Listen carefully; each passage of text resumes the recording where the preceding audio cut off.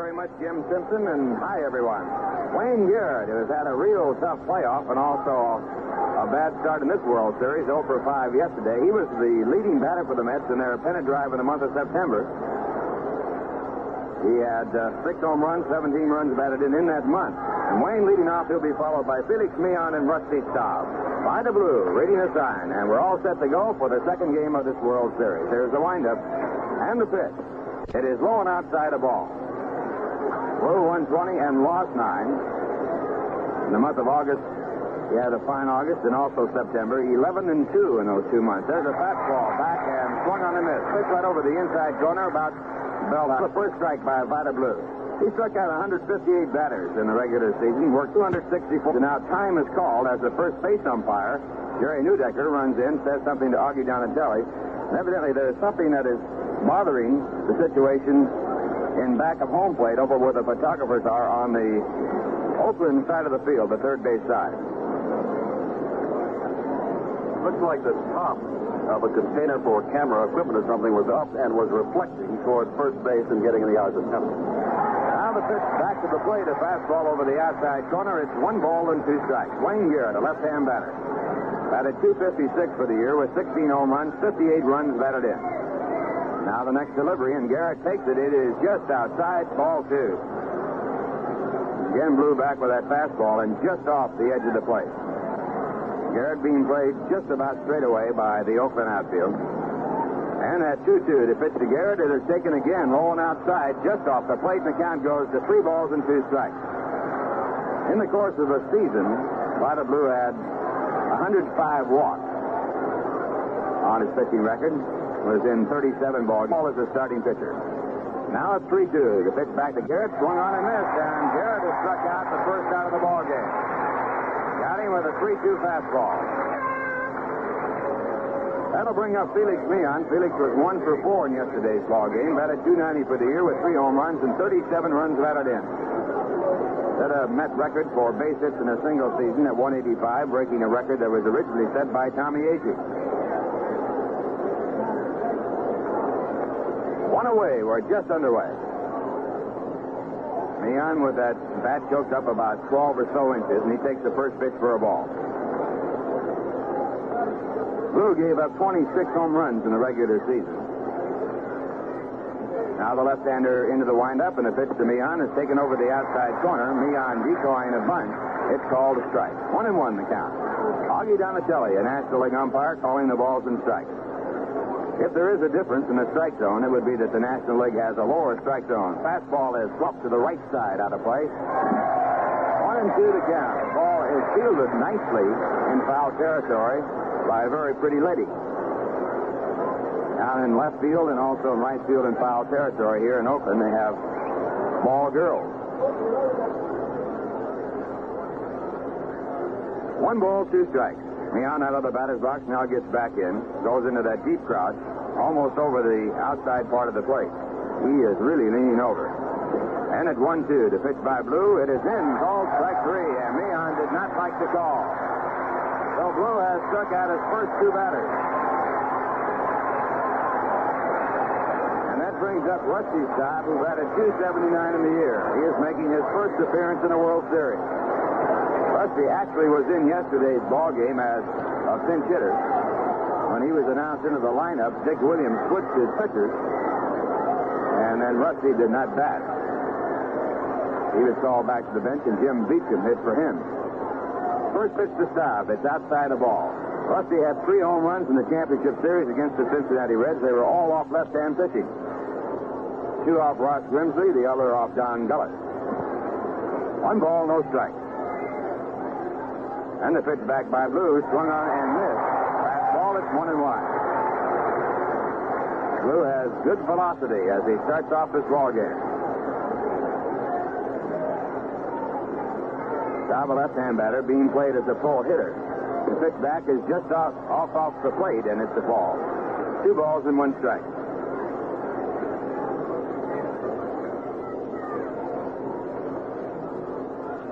Now the left-hander into the windup, and the 2-1 delivery. Staub swings and fouls the ball back. On the 2 swings that Rusty has made, He has released the bat with his top hand on the follow-through. He was injured when he crashed into the right field fence against the Cincinnati Reds in the 5th game of the championship series and just about had a shoulder separation. Closest thing, according to the team physician. 2-2 the count, and a pitch back, another sort of half swing, and a foul ball back against the screen. Thus, he is not swinging with any authority at this time. 2-2 the count. He is going to take an early plane back to New York after this ball game and take special batting practice tomorrow on the travel day. The Mets team going back tomorrow, leaving at 10 o'clock from San Francisco. Here's a pitch for a ball at 3-2, and the second full count for Vida Blue here in the first inning. On deck batter for the Mets, Cleon Jones. Blue takes a long time in reading the sign, so Staub asked for a timeout and stepped out of the batter's box.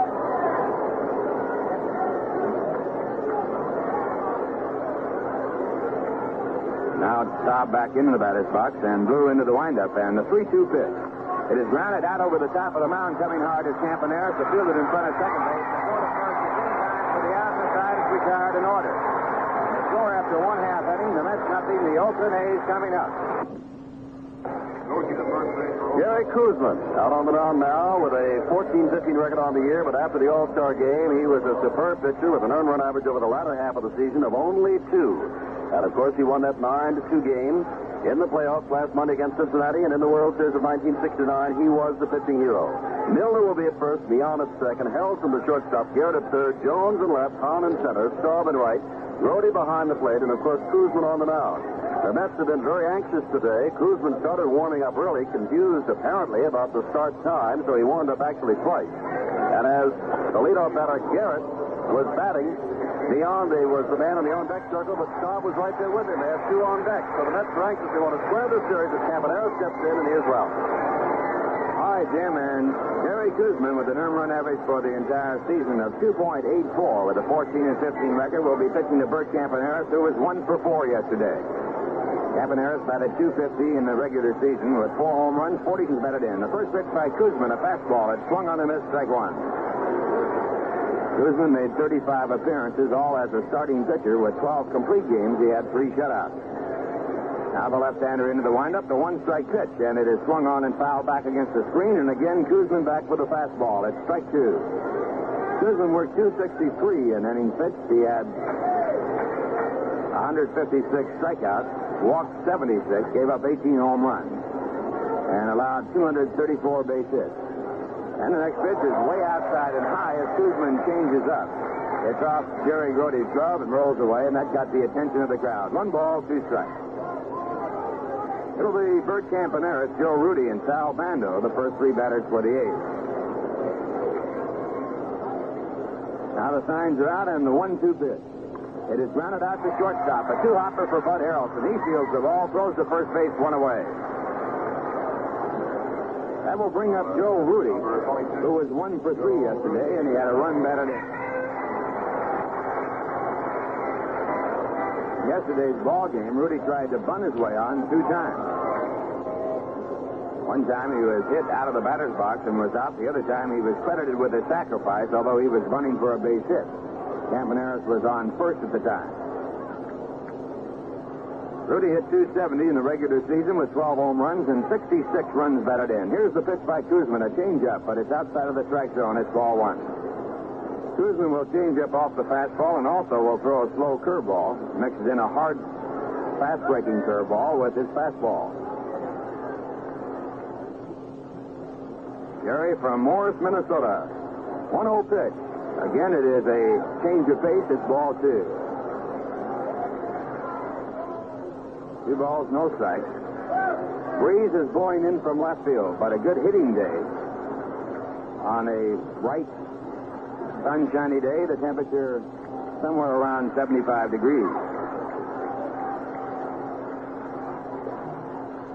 2 balls, no strikes. Then Koosman's next delivery. Breaking ball over at the knees, a called strike. The Oakland hitters were complaining about the background in center field. They have allowed the bleacher area in center field to be filled in with spectators there, but they do have a hitting background in straightaway center field. 2 balls, 1 strike. Next pitch, a fastball over the outside corner, above the knees. 2 balls and 2 strikes. That time, Koosman coming back with a fastball, mixing up his speed to left fielder Joe Rudy.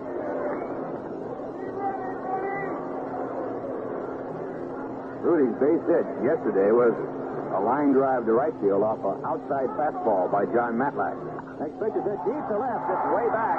Jones back to the warning track, back to the wall, and he loses the ball in the sun, and it drops down on the warning track. It'll go as a 2-base hit as Leon Jones lost the ball in the sun.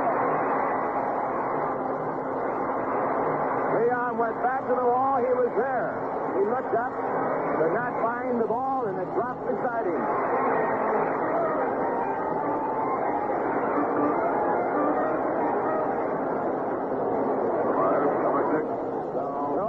Break of the ball game, and we should point out that left field here is a very difficult sun field. In yesterday's ball game, Rudy lost the fly ball in the outfield and went for extra bases. So runner in scoring position, 1 away. And the batter is Sal Bando. He was 1 for 3 yesterday. Singled to center field in the 3rd. Bando, a right-hand batter, hit .288 in the season. There's a drive to right center. Going over is Don Hahn. He could not get to it. It'll be in for a base hit. It rolls on through to the wall. Rudy scores from second base, and Bando on his way to 3rd. The throw there is offline, and he goes in standing up.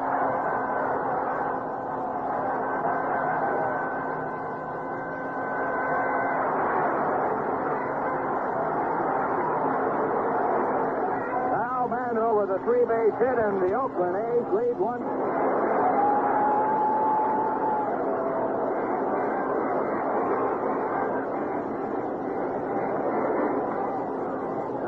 At the mound as Jerry Koosman talks over the situation with Bud Harrelson.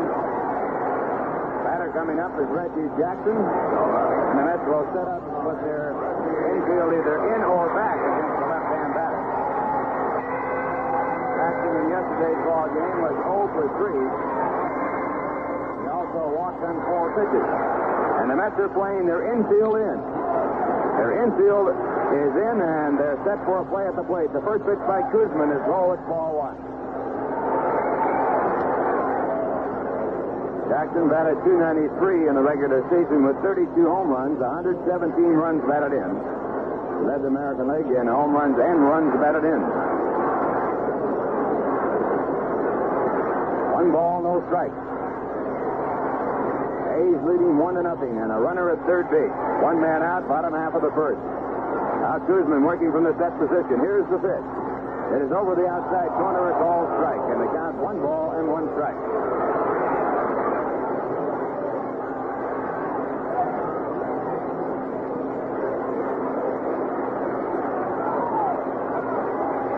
Koosman again going to the set position, checking the runner at 3rd. Here's the pitch back. A curveball line down the right field line, but foul. All foul by about 10 or so feet. And they count now 1-2 against Reggie Jackson. Jackson hitting a high-hanging curveball and pulling the ball foul.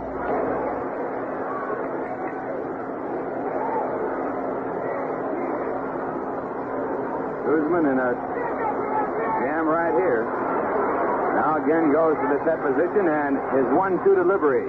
Swung on and foul tipped. The ball hitting Grody somewhere around the chest protector, and he is double over right in back of home plate. Tom McKenna, the trainer for the New York Mets, out to check Grody out. Also says Yogi Berra. Grody doubled up on his knees.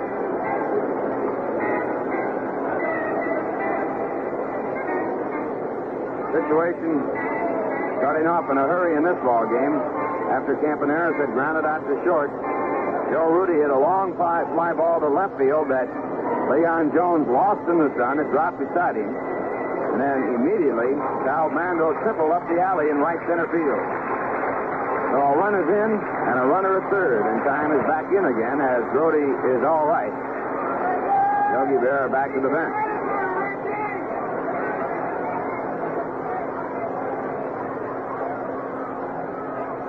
One and 2, the count to Reggie Jackson. And Koosman from that set position comes back to the plate, and a fastball is swung on and missed, and Jackson is struck out. Koosman dropping down to a himself out of sidearm position to throw the fastball. He got it in high and tight, and Jackson struck out. Now with 2 and out, the infield drops back, and the batter coming up, the first baseman, Gene Kenneth.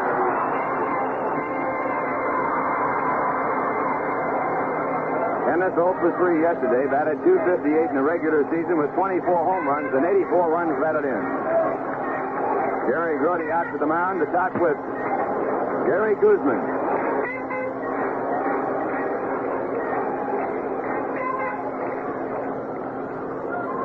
Grody back, getting set to send out the sign. Vando fakes coming up the line from his third base position, and Koosman steps back off the rubber and fakes the throw to third to move Vando back to third base. Now Koosman ready. Here's the pitch. And it's in for a called strike.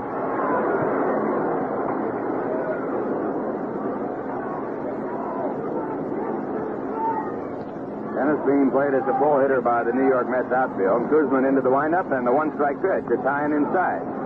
Tennis has to back away. 1 ball, 1 strike. 2 men away, bottom of the first. A's leading 1-0. Next pitch is high and outside. Again the fastball. 2-1. Down in the area where Bob Hope threw out the first ball. Hank Aaron sitting down there. He threw out the first ball in yesterday's ball game. Now a curveball back, and it's swung on and missed. 2-2. Koosman getting that curveball inside. It might have been out of the strike zone, and Tennis going for it. 2 balls, 2 strikes.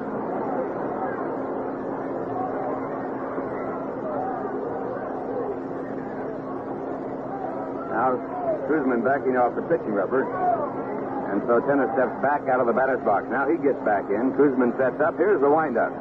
And the next delivery. It is grounded foul. So the count holds at 2 balls and 2 strikes.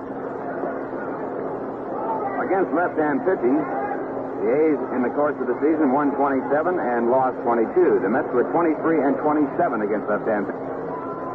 Now again, it's the 2-2 pitch, and the pitch is inside. Ball 3, and a full count to Gene Kenneth. On deck batter, Jesus Alou. And here's Koosman's 3-2 pitch. It is inside and low, and Kenneth walks. Runners at first and third with 2 men out. And the batter coming up, Jesus Alou.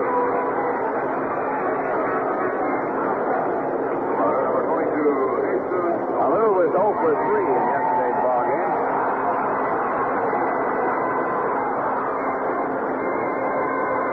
In the season, Alou hit .306 in 36 ball games. Had 1 home run, 11 runs batted in. Right-hand batter. One of 3 brothers to play in the major league. One time they batted in order against the New York Mets in the Polo Ground. All playing for the Giants. There's a hard smash over third. A base hit down the left field line. Coming up from third is Sal Pando. Going to third base is Gene Kenneth, and Alou with a 2-base hit has put the A's ahead 2-0.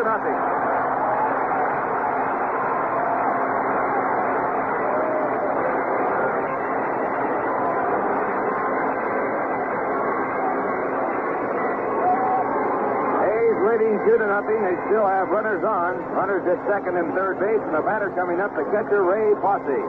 And again, it's a conference at the mound as Gary Grody goes out to talk with Gary Koosman, and Ray Sadecki starts to warm up in the bullpen for the New York Mets. Left-hander Ray Sadecki.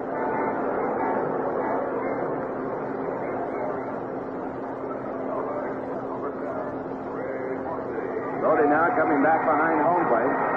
And Ray Fosse stepping up. He was 0 for 3 yesterday. Hit .256 in the season with 7 home runs and 52 runs batted in. Fosse, a right-hand batter.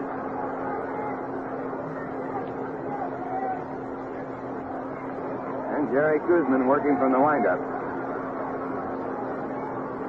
Comes to the plate. His first pitch, a fastball. It's outside and low. It's ball 1. 2-base hit by Jesus Alou is a hard smash right over the bag. No chance for Wayne Garrett, the third baseman, to get near it. Now at 1-0, the pitch back to Fosse. It is a breaking ball, too low. 2 balls, no strikes. On deck batter, the 8th batter in the batting order, Dick Green.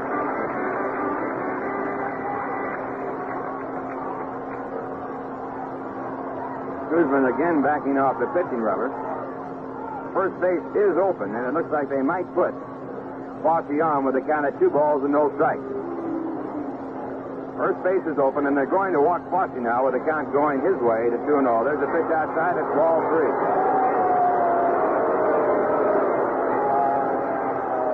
And outside again, ball 4. Second walk in the inning. The bases are loaded. The batter coming up is Dick Green, the second baseman. Green was 0 for 2 yesterday. Batted .260 in the season with 3 home runs and 42 runs batted in.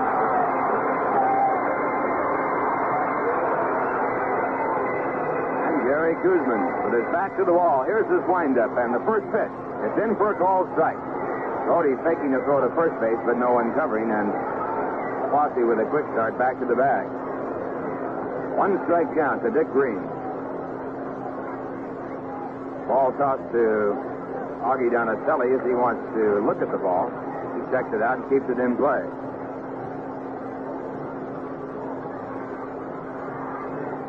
Now Kuzman into the windup and his 1-strike delivery. It is sliced foul into the stands on the first base side, and it's strike 2.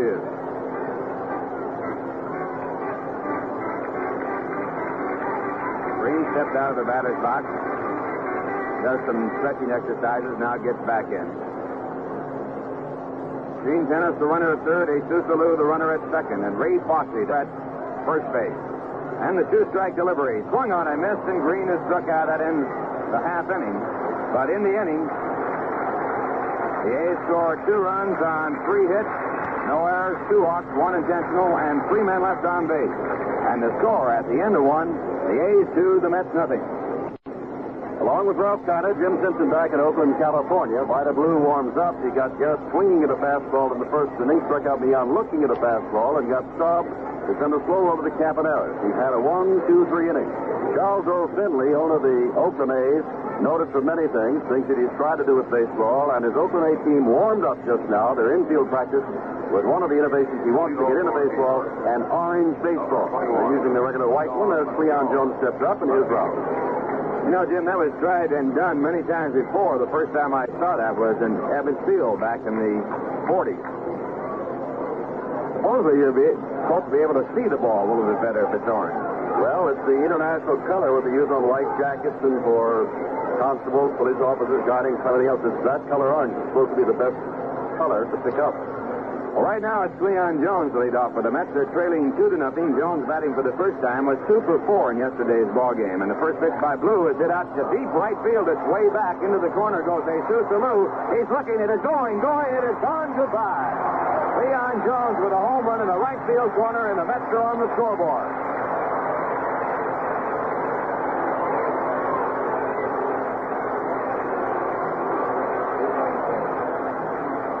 Jones had 11 home runs in the regular season, but he hit 6 home runs in his last 10 ball games. And Cleon now has his first World Series home run, and it brings up John Milner. Milner was also 2 for 4 in yesterday's ball game. And Vida Blue with his pitch is grounded to the second baseman, Dick Green. He fields the ball, throws to first base, 1 away. The A's 2, the New York Mets 1, and the batter coming up is Jerry Grody. Grody 0 for 4 in yesterday's ball game, but he was robbed of an extra base hit. The key play of the ball game in the 4th inning by the center fielder Reggie Jackson. He also missed a home run by 3 or 4 feet down the left field line. Grody hit .256 in the regular season, but batted .300 from August 3rd on.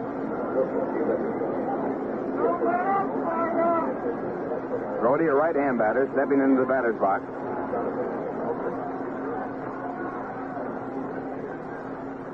And Vida Blue with his first pitch is popped into shallow right center field. Going back is Dick Green. He turns and makes the catch. 2 men away. So after the home run by Cleon Jones, 2 quick outs on 2 pitches. The batter coming up is Don Hahn, the right fielder. Mets have a run in, and there are 2 outs on 3 pitches. A's leading 2-1. On a right-hand batter, and the first pitch is a broken back ground ball. It's picked up by Gene Tennis, and the side is retired. That's getting 1 run on 4 pitches. And no one left on base. And the score after 1.5 innings, it's Oakland 2, the New York Mets 1.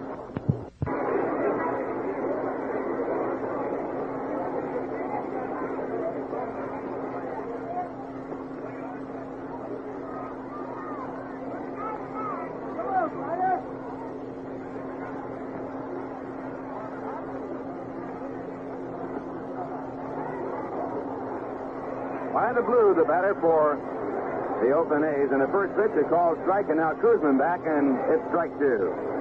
Blue, a right-hand batter, has a lifetime batting average of .098, and there's a swing and a miss, and Kuzman has struck him out on 3 pitches. In 1971, By the blue struck out 63 times. So now, one away, it brings up Campy Campaneris for the second time in the game. His first time up, he grounded out to short. A's leading by a score of 2-1. 1 man out, bottom of the second. Kuzman now has struck out 2. He struck out Dick Green with the bases loaded to end the first inning. And the left-hander into the windup. His first pitch to Campaneris. A fastball high and away. It's ball 1. In the first inning, the A's got 2 runs on a lost fly ball in the sun by Cleon Jones and left. It went for a double. There's a fastball swung on and fouled back against the screen. It's 1-1. Then a following triple by Sal Bando that scored Rudy from second base. And Bando scored on Jesus Allou's double down the left field line. The Mets got a run back on a home run by Cleon Jones. That came in the top of the second. Pitch back to the plate to Campaneris on the outside corner. A fastball. It's 1-2.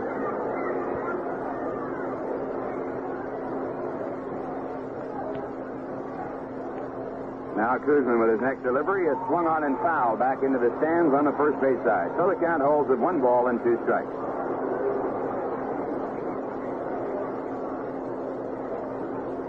Campaneris batted .250 in the regular season with 4 home runs and 46 runs batted in. He had 34 stolen bases in 44 attempts. Had a stolen base in yesterday's ball game. Now 1-2. The pitch is hit to right center field. Deep out there. Staub off and running, and he cannot get to it. It goes up the alley and against the fence. It's picked up by Don Hahn and Campaneris on his way for triple. He goes into third standing up, and the Oakland A's with their 4th extra base hit as they bat here in the second inning. They have had 4 hits. They have all been extra base hits. 2 doubles and 2 triples.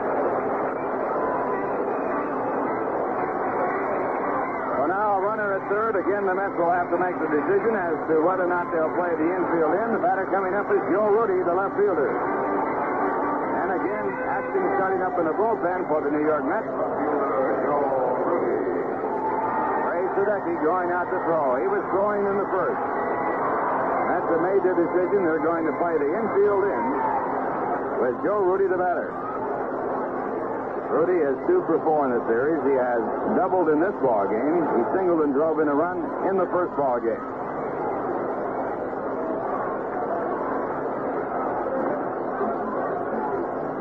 And Kuzman from the set position. The first pitch is swung on and missed. Strike 1.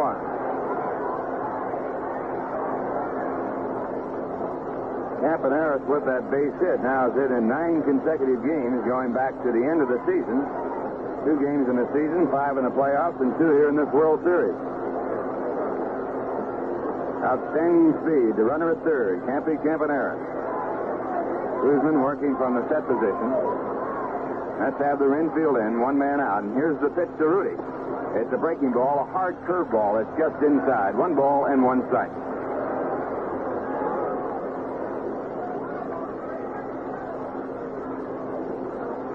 Jerry Kuzman, starter for the New York Mets, has never lost a championship game or World Series game. And the left-hander sets up. Here's the pitch. It is swung on and fouled back into the stands. The count 1 ball and 2 strikes. That time Kuzman with a high fastball.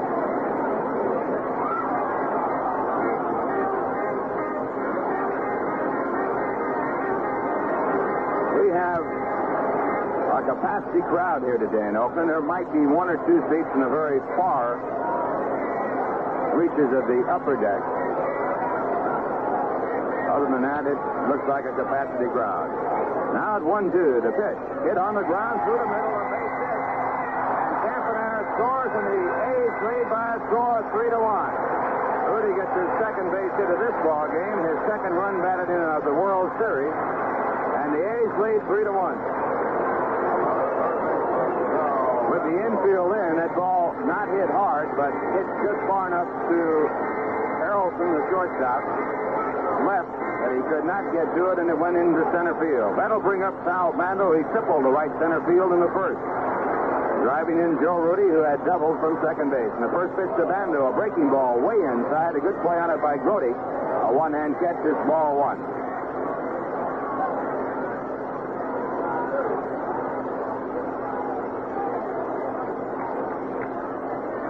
Bando is 2 for 4 in the series. And the pitch back by Kuzman, a changeup, but it misses the strike zone. It's ball 2.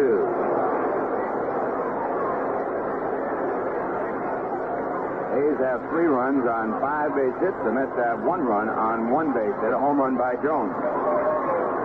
2 balls, no strikes. The next delivery, a change of pace, swung on and missed. 2-1.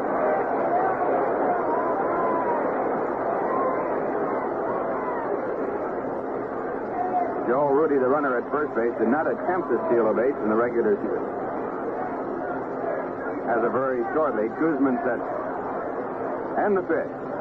It is again a changeup, and this one is low and inside. 3 balls and 1 strike.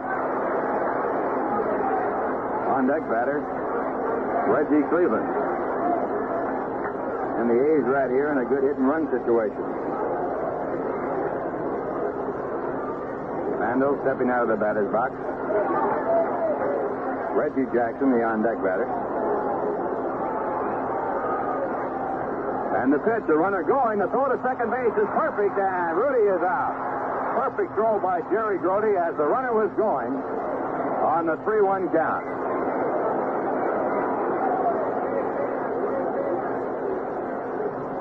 So now it's 3 balls and 2 strikes. No one on. And Kuzman will be working from the windup. And here's the pitch. It is swung on and missed, and Sal Bando is struck out.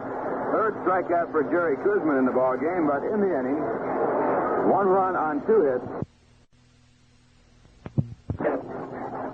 We're going now to the top of the 3rd with Olsen leading by a score of 3-1. And for the New York Mets, Bud Harrelson to lead off. Ray Sadecki walking in from the Mets bullpen toward the bench. Be a possibility that Yogi Berra might go for a pinch hitter for his pitcher, Jerry Kuzman, who is the scheduled on-deck batter. Vida Blue with his first pitch to Harrelson, a fastball outside and high. It's ball 1. Blue has been reached for 1 base hit, a home run by Cleon Jones down in right field over the 330 mark in the corner. And the pitch back is inside, off the glove of Ray Fosse, and the count 2 balls and no strikes. Harrelson was 0 for 2 yesterday. He also walked on 4 pitches. And Harrelson, a switch hitter, and it's taken at the knees. They call strike 2 and 1. Harrelson batted .258 in the regular season. He had no home runs, 20 runs batted in. He hit in 14 of his last 16 ball games. Now it's 2-1. The pitch swung on and fouled back into the stands. 2 balls and 2 strikes.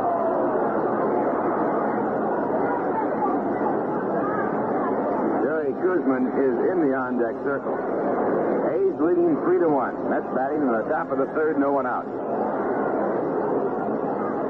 And Vida Blue into the windup. The 2-2 pitch high and off the glove of the catcher Ray Fosse. The count 3-2. Blue struck out his first 2 batters in this ball game. He has not walked one. Now 3-2. The pitch to Harrelson. It is over the outside corner. Strike 3 call. Blue with a perfect pitch right on the outside corner. His 3rd strikeout, and now 1 away, and Kuzman is coming up to hit. Number 36, Jerry Kuzman. Kuzman's lifetime batting average is .088. He has hit 1 home run.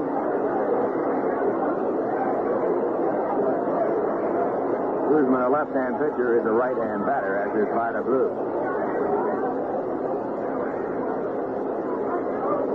A's leading 3-1. Got 2 runs in the first. Mets got a run back in the top of the second, and the A's added on 1 more in the bottom half of the second.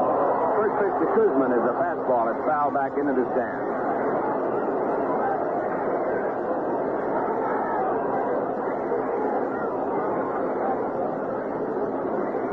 A's are playing Kuzman shaded as though he were a left-hand batter, figuring that he cannot pull the fastball that's thrown by Vida Blue. There's a bouncy ball out toward short. It's cut off by the third baseman, Sal Bando, to throw to first base for the out. 2 up, and Garrett for the second time. Garrett was struck out in a 3-2 fastball his first time up. Third baseman, Wayne Garrett.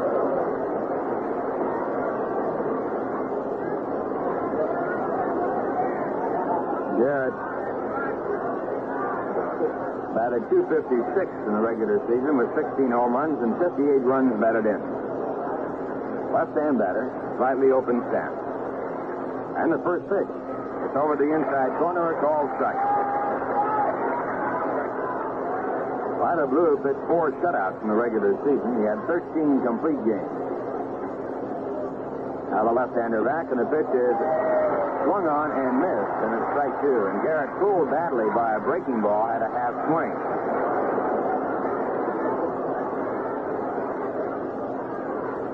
Blue finished up with 5 winning decisions in the regular season. Now at 2 strikes, the pitch to Garrett. It is outside. 1 ball and 2 strikes.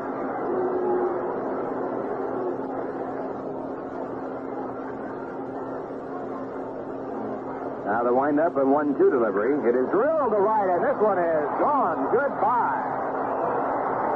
Long home run by Wayne Jedd, and the Mets now have picked up their second run of the ball game, and they trail by a score of 3-2.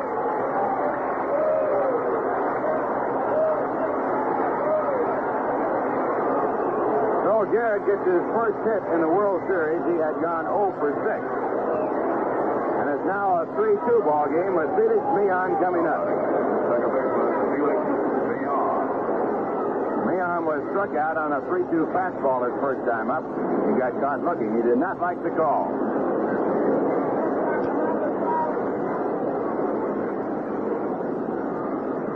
Well, the Mets not noticeable home run hitting. They had 85 in the regular season compared to the A's 147. Have had all the home runs so far in this World Series. And there's the first pitch, a called strike to the knee.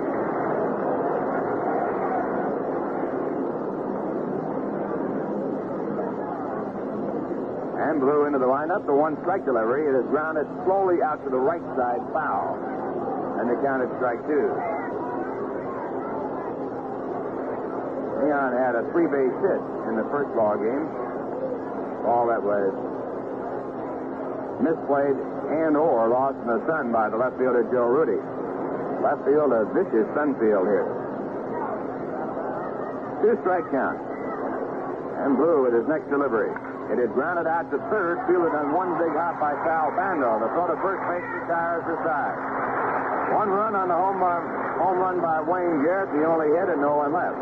And the score at the end of 2.5 innings, the Mets 3, Oakland 3, the Mets 2. We're going to the bottom of the third, and the leadoff batter will be Reggie Jackson, the center fielder for the Oakland A's. A's with 3 runs on 5 hits. The Mets have had 2 runs on 2 hits.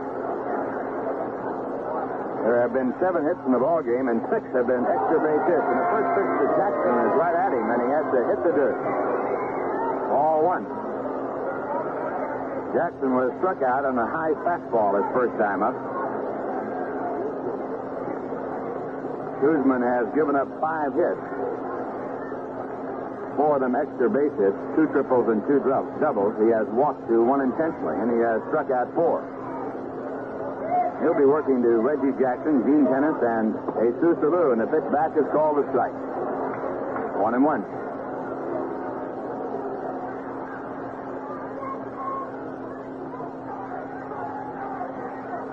And Kuzman into the windup and the 1-1 delivery. Fastball swung on and fouled back against the screen. That pitch might have been out of the strike zone. High inside fastball. 1 ball, 2 strikes. This year, Jerry Kuzman set a record for Mets pitchers, 4 consecutive scoreless innings, breaking a record that was originally set by Tom Seaver. Pitch back, grounded right over the mound, but fielded right at second base by Bud Harrelson. A throw to first base in time for the out. Harrelson straddled the bag at second base as he fielded the ball and then got it off to first base in time. 1 away, it brings up Gene Kenneth. Kenneth watching a 3-2 pitch his first time up. A's leading 3-2. 1 man out, bottom half of the third. And Kuzman with his first pitch to Gene Kenneth. A changeup as high as ball 1.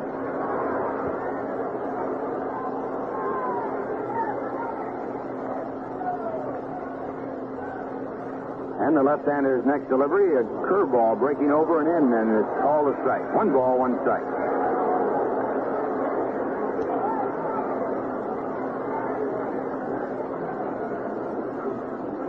And it's 1-1. The next pitch, outside in the count. 2 balls and 1 strike. Kuzman has a lifetime record of 79 wins, 68 losses. And the 2-1 pitch, grounded foul. Ball grounded off on the third base side, 2-2. His big season, a 19-win season. And then in 1969, he won 17 and then won 2 in the World Series.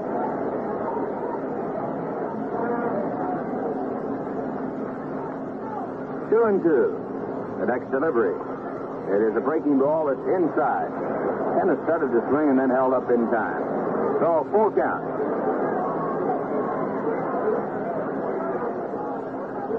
Kenneth walked in the 3-2 pitch in the first inning. Kuzman's next delivery, it's outside, and again Kenneth walked. Kuzman's third walk. The A's have a runner at first base with 1 away, and Jesus Alou coming up. He doubled down the left field line his first time up. Jesus Alou.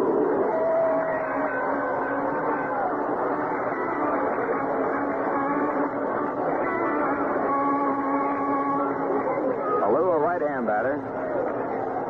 Batted .306 during the season in 36 ball games. A's now have had at one time in their history all 3 Alou brothers, Felipe, Matty, and Jesus. Again, it's Sadecki throwing in the bullpen for the Mets. The left-hander throw to first base, a close play, but Kenneth passed safely. Kenneth only had 2 stolen bases in the regular season and 4 tries.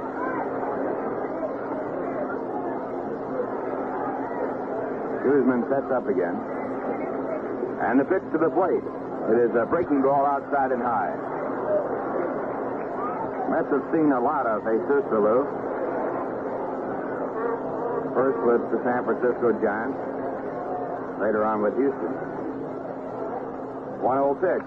It's lined to right field, a base hit. Rusty Scott fields the ball, flips it into second base where Kenneth goes and stops. And the A's now have runners at first and second as they pick up their 6th base hit. And the batter coming up, the catcher, Ray Fosse.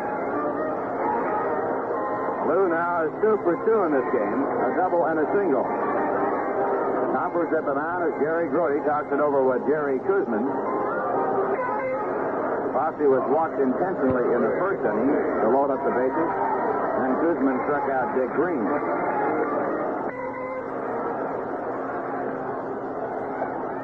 So Fosse, a right-hand batter, stepping into the batter's box as Kuzman looked in for the sign.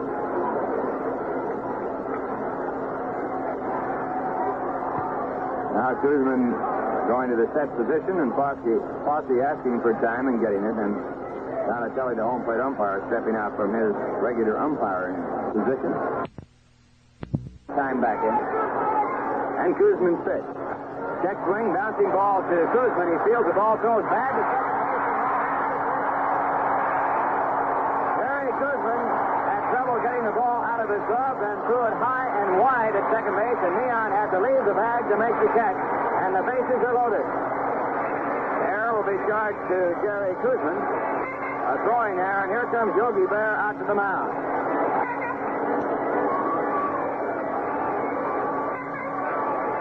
Yogi Berra has Ray Sadecki warm in the bullpen, a left-hander. In a similar situation in the first inning, bases loaded, Dick Green was struck out. Kuzman struck him out on 3 pitches.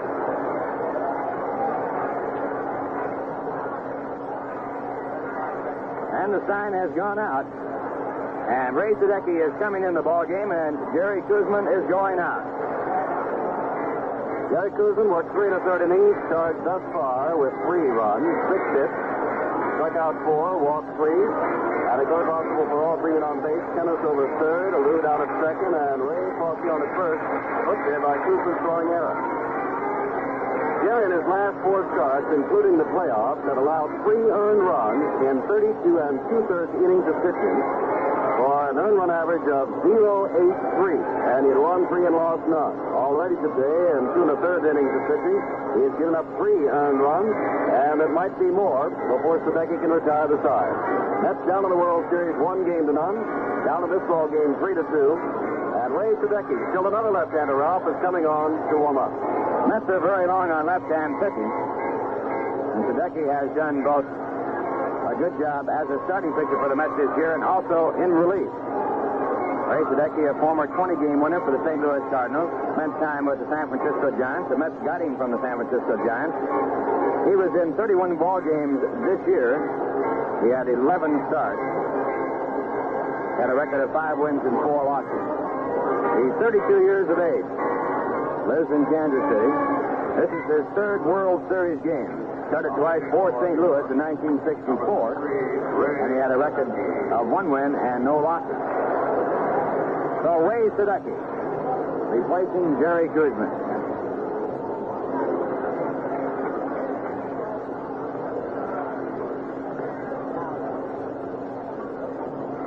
Sadecki has a lifetime record of 121 wins. And he has lost 119. So the base is loaded, and Ray Sadecki to work to Dick Green. Green struck out his first time up. Mets are playing their infield back at short and second, hoping for a double play. 1 man out, bottom half of the 3rd. Hayes leading 3-2.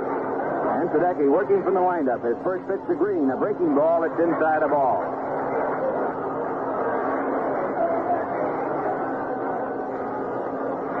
Dean Kenneth, the runner at 3rd. Jesus Alou, the runner at second base. And Ray Fossey, the runner at first base.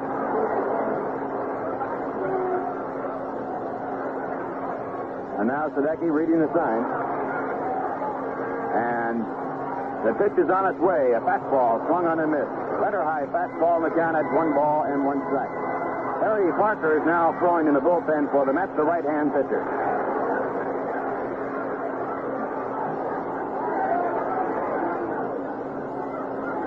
Sadecki with a fastball and curveball. Also, there's a squeeze, but on. The ball is bunted on and missed, and Kenneth is hung up between home and third. The ball dropped by Garrett, and now Garrett picks it up and throws it into Milner as the runners move up behind the play. So the squeeze play put on, the suicide squeeze was put on, and Green failed to bunt the ball. Rhodey took it, ran up the line, ran Kenneth back towards third base, threw to Garrett, and Garrett dropped the ball. He had to pick it up, came in to cover around home plate, and the out made. On the play, Jesus Alou moved up to third base, and Ray Fossey to second. And the count at 1 ball and 2 strikes.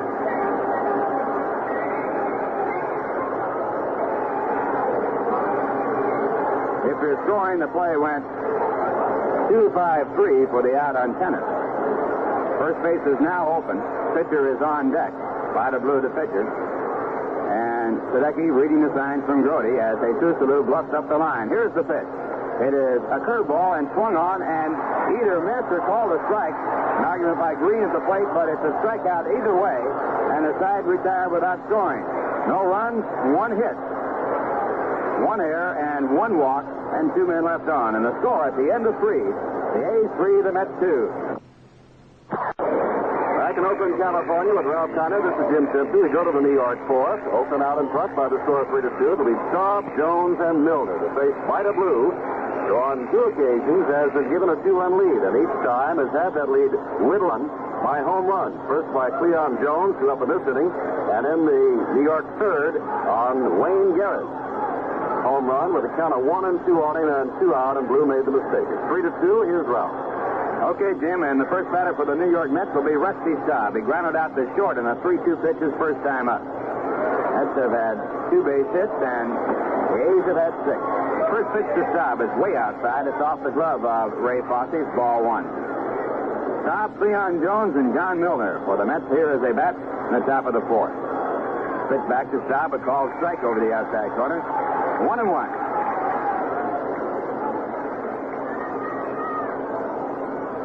Staub, a left-hand batter, played as a slight pull hitter by the center fielder Reggie Jackson.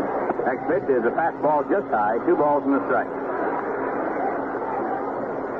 Vida Blue has struck out 3. He has walked none.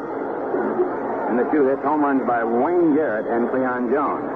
Now Staub's one out toward left field. It's a bad Sunfield. Coming over is Joe Rudy. He's has some trouble with the sun and then makes the catch right on the foul line. Joe Rudy making the play and fighting that sun all the way, 1 away, and it brings up Cleon Jones, who hit a home run to right field his first time up. Jones now has had 3 hits and 5 times up in this World Series.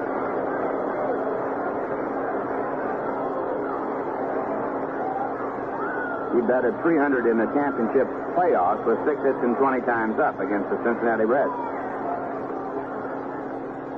And Blue with his first delivery. It is swung on and missed. Blue with a fastball and Jones with a hard swing, but no contact.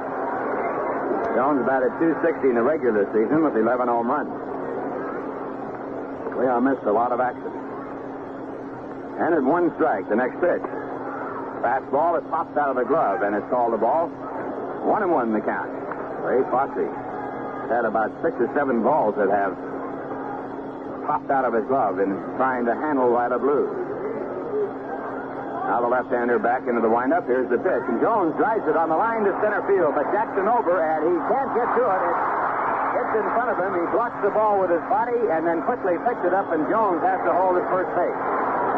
Line drive to center field. It appeared that Jackson might catch the ball, but then the ball sunk out and was in front of him by about 2 or 3 feet, and he got his body in front of it to block it. And then he quickly got to it and held Jones to first base. The Mets now have had their 3rd hit in the ball game, 2 now by Jones, and it brings up John Milner, who grounded out to second on his first pitch, his first time up.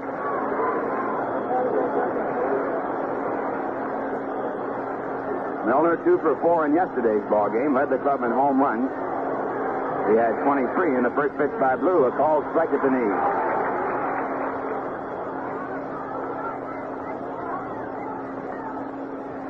A's leading 3-2, and the Mets have the time run as they bat here in the top of the 4th inning.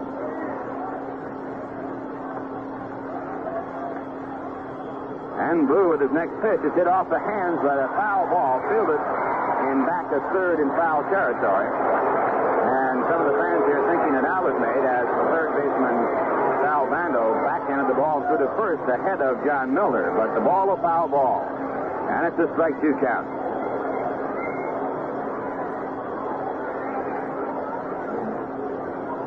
Jones back to first base. Mets are not a running ball club. They had only 27 stolen bases in the season in 45 tries. Jones has a good-sized lead right now. Now he doesn't go, and the next pitch is fouled into the stands on the third base side. Blue back with a fastball, and Milner behind the pitch and fouling the ball off to the left. Milner drove in 72 runs for the Mets this year, second to Rusty Staub. Staub had 76. And again, the 2-strike delivery, and it's a foul, this time over toward the Met on deck circle. Count stays at strike 2. That's just a breaking ball by Vida Blue. Blue's lifetime record is 53 wins and 38 losses. Last year he won 6 and lost 10. This year 20 and 9. And the left-hander to the set position. Again, his 2-strike pitch, and his drill to right center field, way back there, and in for the catch is a little in the side. picks up the second out of the inning. Jones back to first base. So now 2 away, and the batter will be Jerry Grody. Jerry pops to second base his first time up. Grody 0 for 4 in the first game. He has not had a base hit, but he was robbed of a cinched 2 base hit by Reggie Jackson in yesterday's ball game on a fantastic running catch. It was the key play of the ball game. Grody, a right-hand batter. Jones, good lead at first base, fakes it running, and the pitch is taken low. It's ball 1.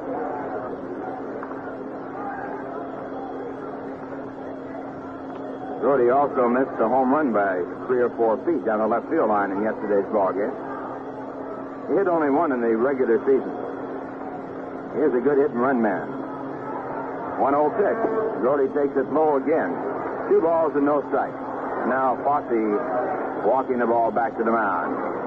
Says something to Vida Blue. Quickly turns around and comes on back to the home plate area.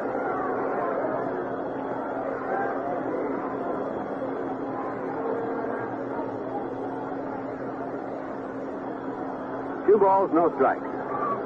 Again, the signs are out. And Blue with his next delivery is hit hard to third. Mando boots the ball. And all hands are safe. Mando couldn't find the handle, booted the ball, and error charge to the third baseman. And the Mets now have a runner at second base in scoring position, and Grody on at first on the air. That brings up the right fielder, Don Hahn. Now batting third, Don Hahn. Hahn grounded out to first his first time up. He's 0 for 3 so far in the series.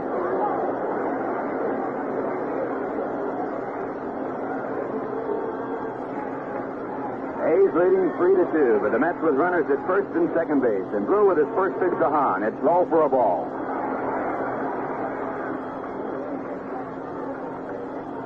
Each side has made an error in this ball game.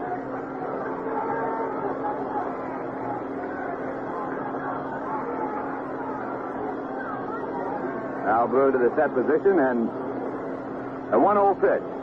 Hit down foul over the first base coach, Roy McMillan. And they count at 1 ball and 1 strike.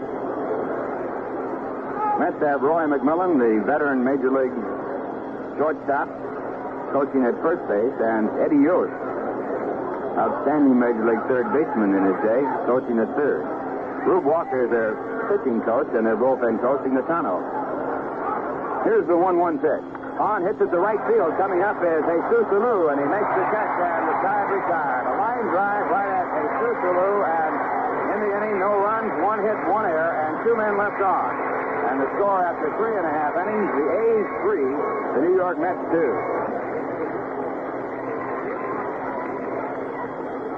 Lead off for Oakland, pitcher Vida Blue.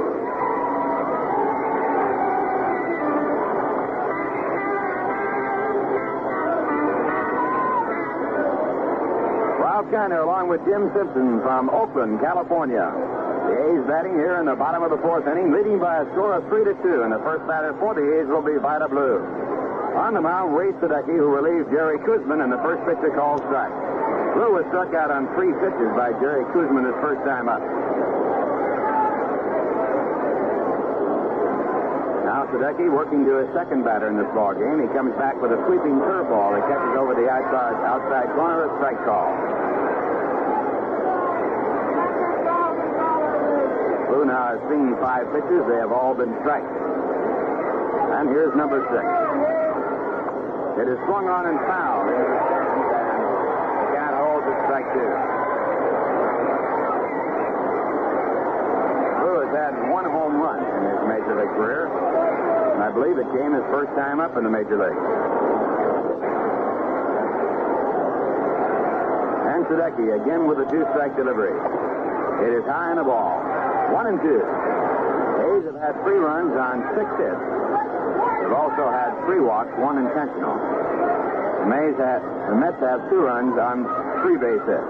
Next pitch is hit down on the third base side, a broken bat. Ball a foul ball, and the count holds at 1-2, and Blue back to get another bat.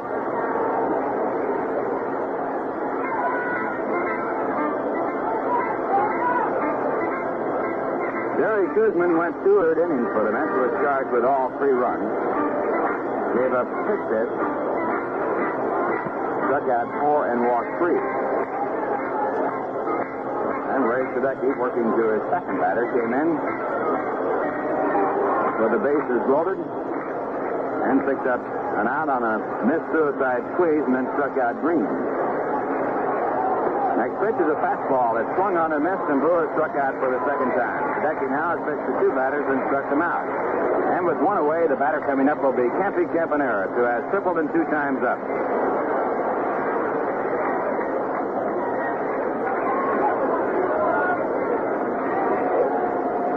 Campaneris has had 2 hits and 6 times up in this series.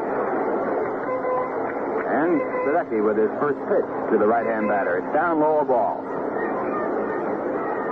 A's got 2 in the first. The Mets got 1 back in the second. The A's got another in the bottom half of the second. It leads 3-1. The Mets got a run back in the top of the third, and that's the way it stands at 3-2. Here's a pitch for a strike, and it's 1-1.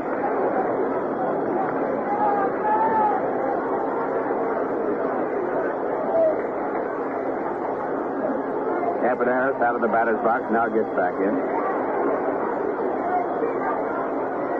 Wayne Garrett, the third baseman for the Mets, is very shallow to guard against the possibility of a bunt. There's a high fly ball that's foul down in the left field area, back into the stands about 40 rows or so. And the count holds at 1-2, and with the count going to a 1-ball, 2-strike count, both Wayne Garrett, the third baseman, and John Milner, the first baseman, dropping back to a deeper position.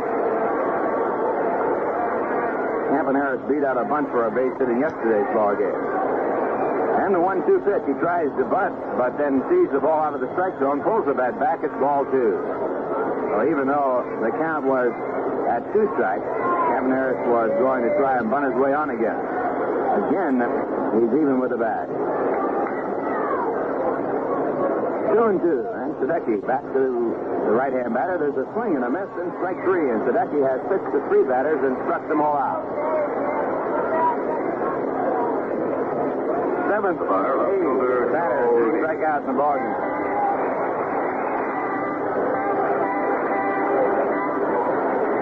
That brings up Joe Rudy. He has 2 hits and 2 times up. A double in the first inning and a single in the second. The single in the second drove in what is now the leading run in the ballgame. Rudy now has had 3 hits in 5 times up in the series. And the first pitch to the right-hand batter. Fastball topped out in front of the mound. Coming up is Sadecki to field it. He fields the ball, throws to first base in time for the out. So the first 1, 2, 3 inning by a Mets pitcher in this ball game, and the score at the end of 4, it's the Oakland A's 3, the New York Mets 2. Right.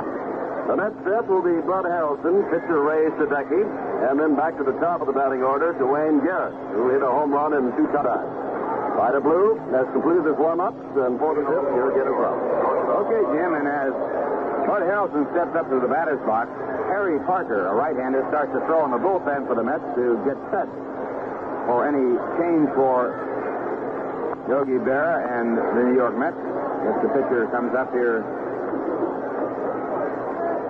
in this inning, he'll be ready to go to a pinch hitter. Bud Harrelson has struck out in his 1 appearance. He was called out on a 3-2 fastball by Vida Blue. Blue has struck out 3 in the ballgame. And the left-hander with his first pitch is hit out to center field. Reggie Jackson moving up, now moving back a step or 2 and making the catch. 1 away, and Ray Sadecki is being called back. And George Theodore, who has made only 1 batting appearance in the last half of the season, is going to be the pinch hitter in the ballgame. Theodore was out of action with a dislocated hip at one point in the season, was in the hospital for quite some time, and now he is making his first World Series appearance. Harry Parker will be the Mets' next pitcher in this ball game as the Mets go to the pinch hitter as they trail by 1.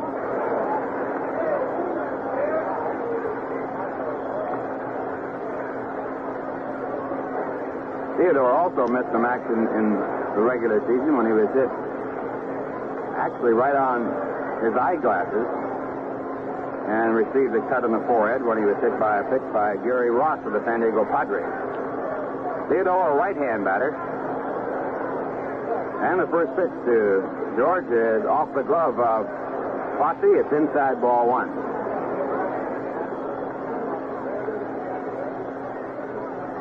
Theodore made one appearance since his dislocated hip and was struck out.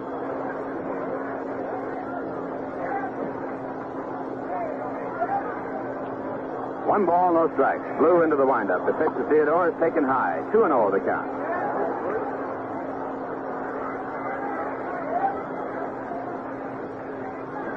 Blue with a record of 20-9 this year. One of 3 20-game winners for the Oakland A's. And the 2-0 pitch taken for a strike. Theodore out decoying a bunt and taking the pitch back all the way. 2-1. Ray Sadecki, leaving the ball game for a pinch hitter, worked 1 2/3 innings. Struck out 3 batters. There's a swing and a foul back into the stands. It's 2-2.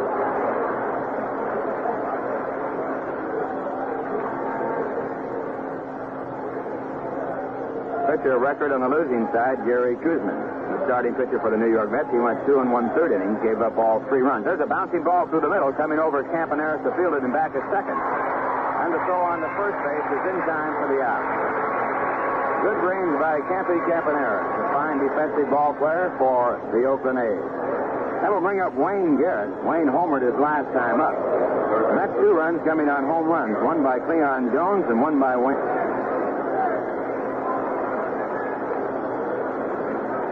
Garrett had a personal high in home runs this year of 16. And now time is called as a ball gets away in the bullpen and rolls out into the right field area.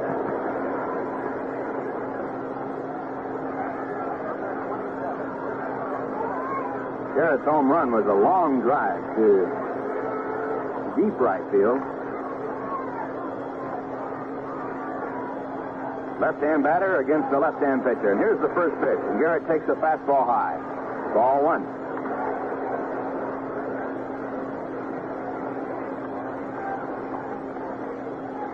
Blue into the windup and the 1-0 delivery. And Garrett takes it low and outside. 2 balls and no strikes. Garrett had 72 walks in the regular season.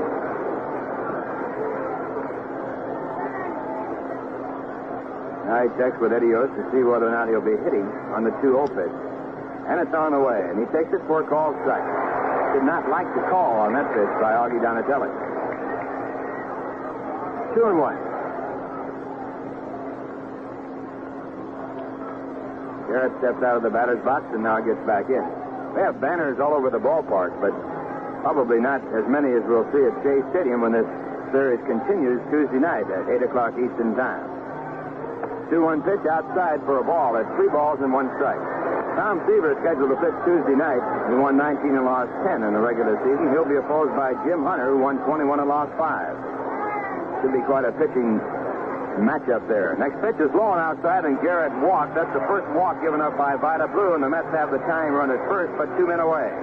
And the batter coming up is Felix Meon. Meon has struck out, and he also has grounded out. Second baseman, Felix Meon. The games at Shea Stadium in New York will be Tuesday night, Wednesday night, and necessary Thursday night. All starting at 8 o'clock Eastern Time. And if it continues on here to Oakland for Saturday and Sunday day ball games. Darrell Knowles, the left-hander, starting to throw in the bullpen for Oakland.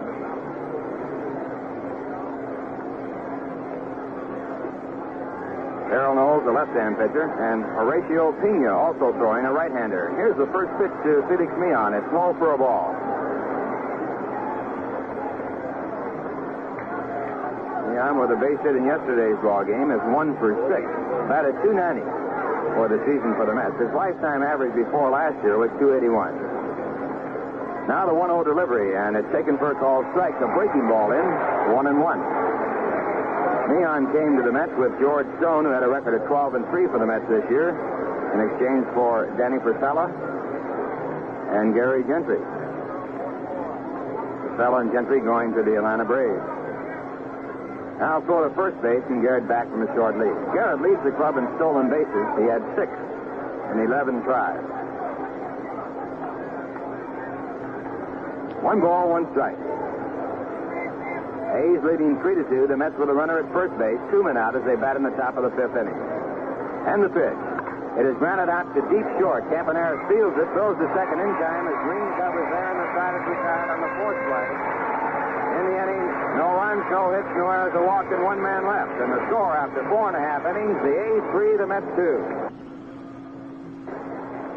Well, we've gone through the scheduled first half of this ball game. It's been sort of a strange type ball game. The A's have been doing most of the hitting. They have 3 runs on 6 hits. They've also received 3 walks. The Mets have had 2 runs on 3 base hits. We have a pitching change as Harry Parker comes in the ball game. And now here for the play-by-play, Jim Simpson. Thank you, Ralph Conner. Parker in 38 games during the regular season used sparingly at the beginning in 9 starts as a starter. Won 8, lost 4. 3.34 his earned run average, had 5 saves. 26-year-older out of Illinois. The base who tripled and scored in the first and struck out swinging in the second. First pitch from Parker. Down low, ball 1. A's lead the 3-2. 3 runs on 6 hits and 1 error. 2 runs, 3 hits and 1 error for New York. Parker right back, misses outside. It's 2-0 to Bando with Reggie Jackson on deck. Bright sunshiny day with the wind blowing toward right field. The A's, who won yesterday 2-1, lead today 3-2, trying to go back to New York with a 2-game bulge. The Mets, of course, trying to square. Back, ball is popped up straight in the air, foul territory. Garrett's over, shielding his eyes against that sun, glasses down, has it for the first out of the Oakland 5th. Bando pops out to Wayne Garrett in foul territory at third base. And that'll bring up Reggie Jackson, who in this game, Guzman dropped down on him with a 1-2 count through a high inside fastball. Jackson went down swinging in the first and then bounded a ball toward second base. It held and fielded right at the bag and swim out in the third. The Reggie is 0 for 5, but as Ralph has pointed out and the newspapers pointed out today, was Reggie Jackson's game-saving hit yesterday on the Grody drive to left field that preserved the 2-1 lead and consequently the 2-1 victory. Jackson, left-hander, led the American League in home runs with 32 and RBIs with 117 he can run. He outran Grody's ball yesterday. He has stolen 22 bases. They played Jackson slightly around to the right. Parker, the right-hander, throwing, and the ball skips by Grody and rolls to the feet. Dudecke, or rather Donatelli, puts the new ball in play.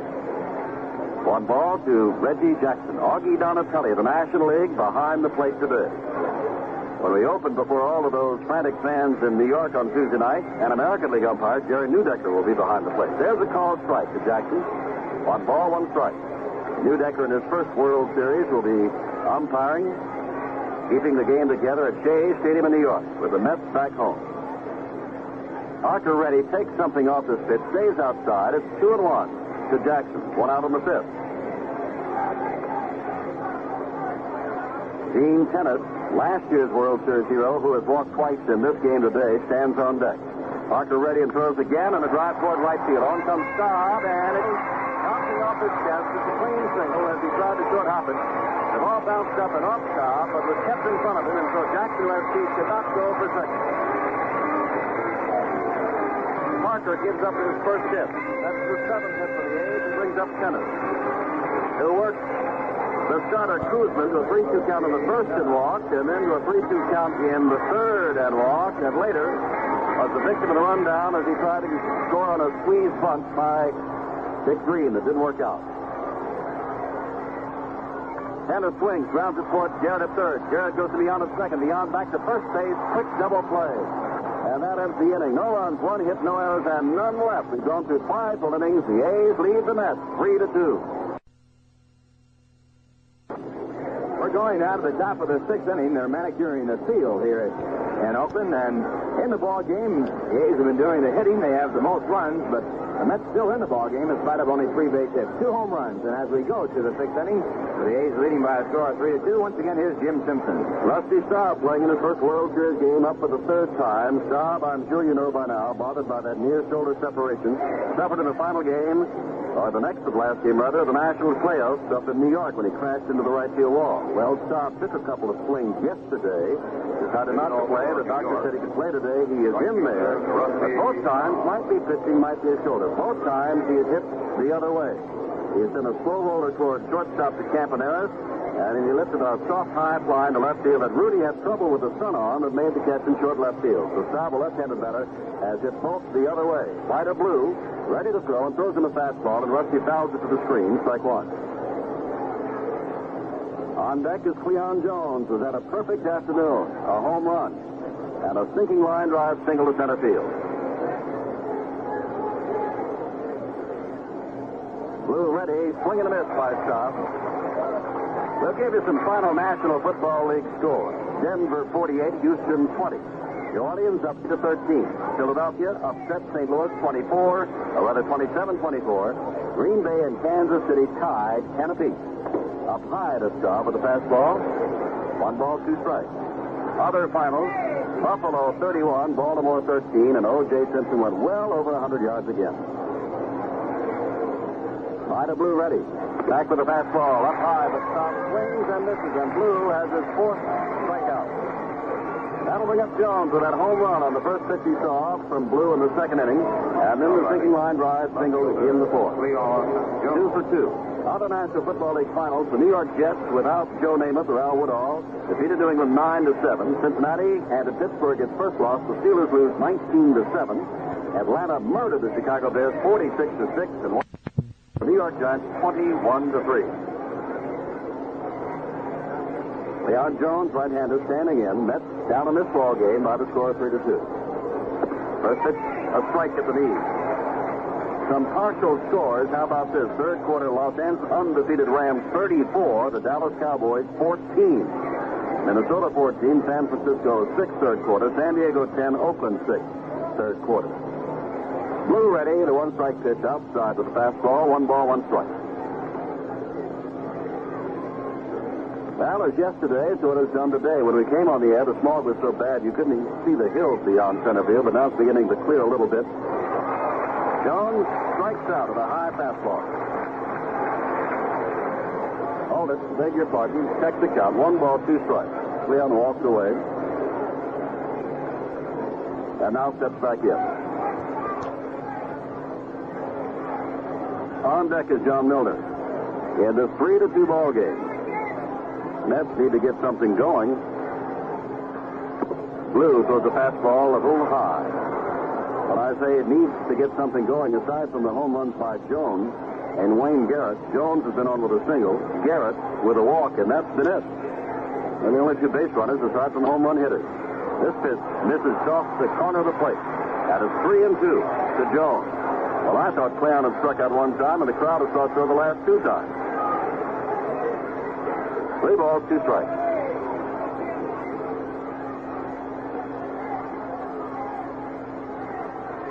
They play Jones to hit the other way. Line drive hitters. Home run was the other way. Foul to the screen. Mounds back to Fosse. Donatelli takes a look at the ball and keeps it in play.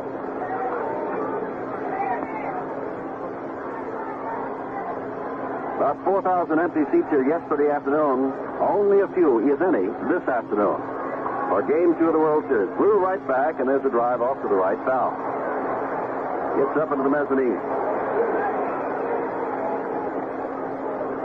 3 balls, 2 strikes. The count remains to Cleon Jones.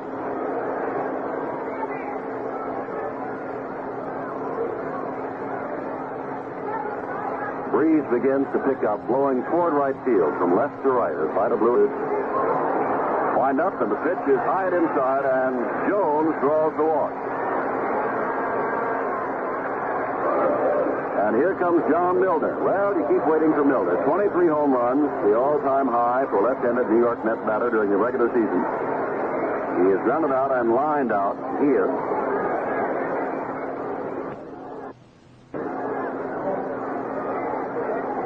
Milner, a long ball hitter, left-hander against the left-hander Vida Blue. Darrell Knowles and Horatio Pena are up and throwing again in the Oakland bullpen. Blue ready. Fastball is inside. Fosse walks out to the grass now. Flips the ball back to Blue, yelling something at him. Pena and Knowles working rather hurriedly now, even though they've been up and throwing before. In the playoff games with a 4-0 lead, Vida Blue did not get past the 7th inning. He worked 6 in the 3rd innings, and Baltimore caught up to him and knocked him out. Back with a breaking pitch inside. We pause 30 seconds for station identification.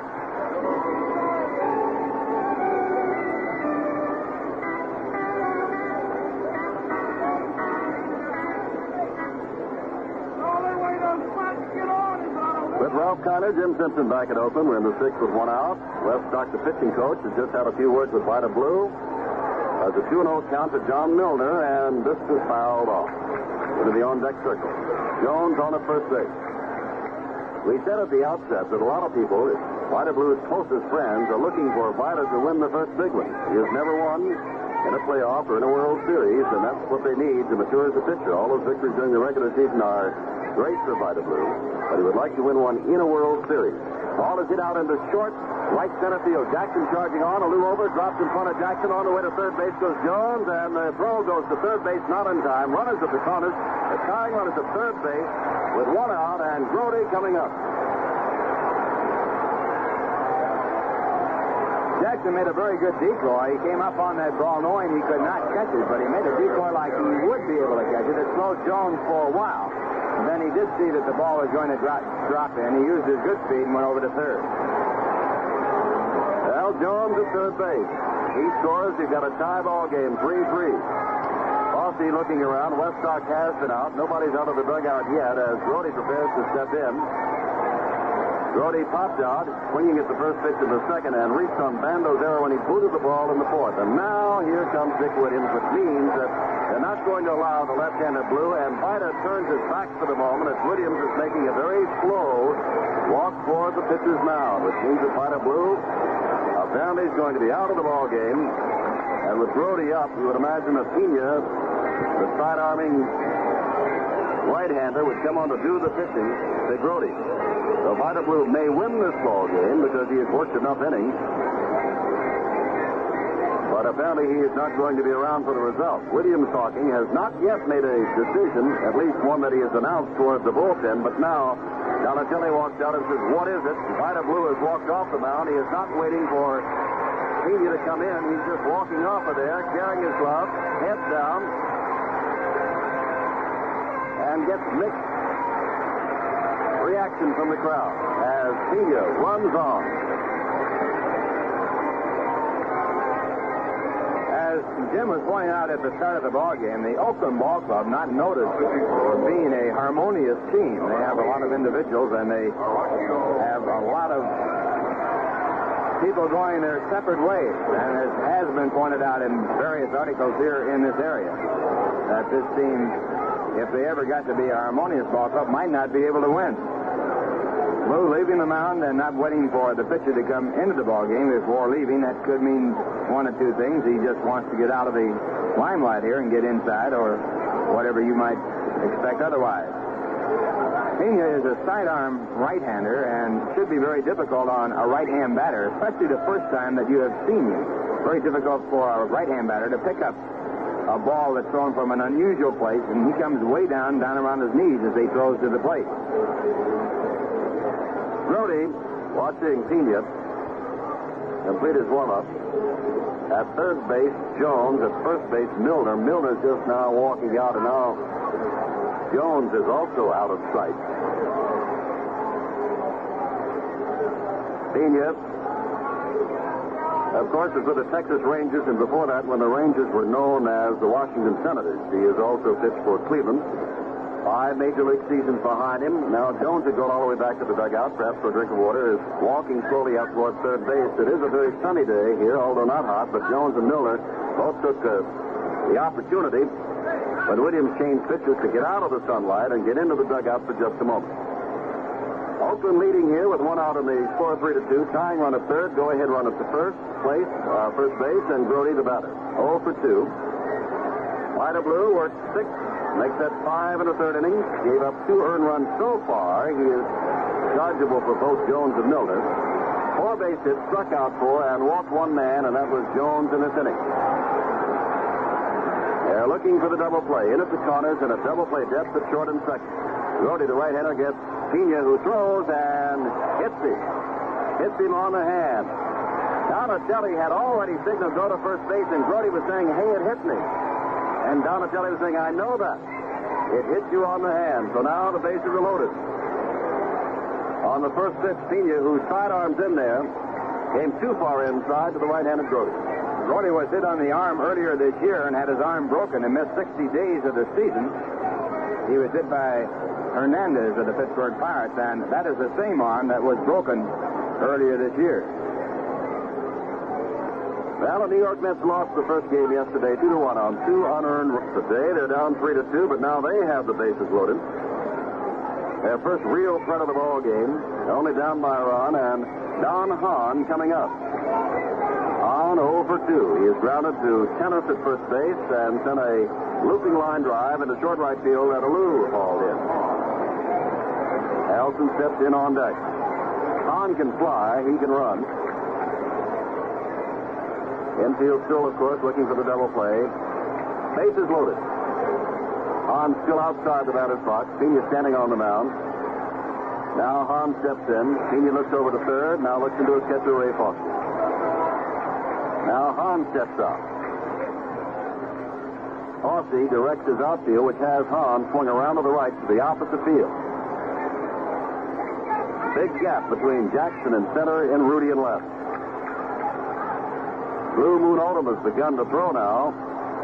Right-hander has joined Knowles. There's a ground ball toward third base. Can't get it, everybody safe. The game is tied. A slow ground ball. Vando, I doubt, could have made a play anywhere had he been able to pick it up. Jones scores, and it's 3-3. And the bases remain loaded.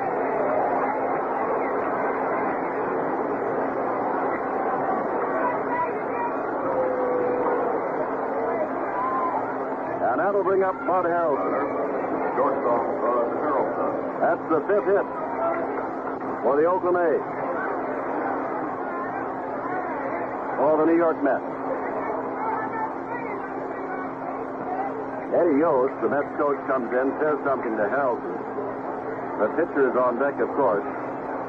McGraw has started to throw now in the Mets bullpen. Yogi Berra showing a willingness today to go even deeper into his bullpen, and obviously he will pinch hit for his pitches. Bases loaded. They're still looking for the double play. This one is fouled off to the left by Harrelson. Strike one. 3 runs, 7 hits, 1 error for Oakland. 3 runs, 5 hits, 2 of those home runs, 1 error for New York.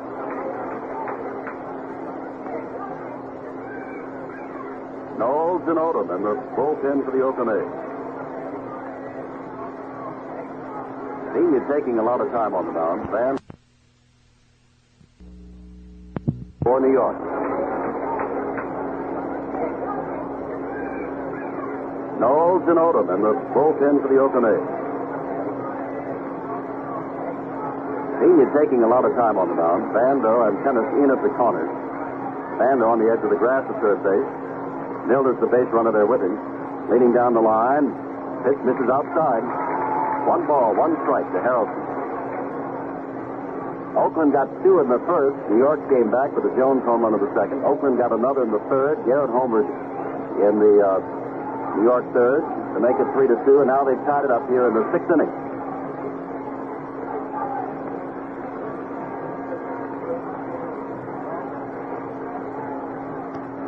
He's taking a lot of time. Ready, side on to drive to right field. That is a base hit. On comes Miller. The Mets go in front. Bases remain loaded as the Alou throws in. And Tennis cuts it off. And Mets have scored twice here in the 6th inning. Pena has come on and hit Brody.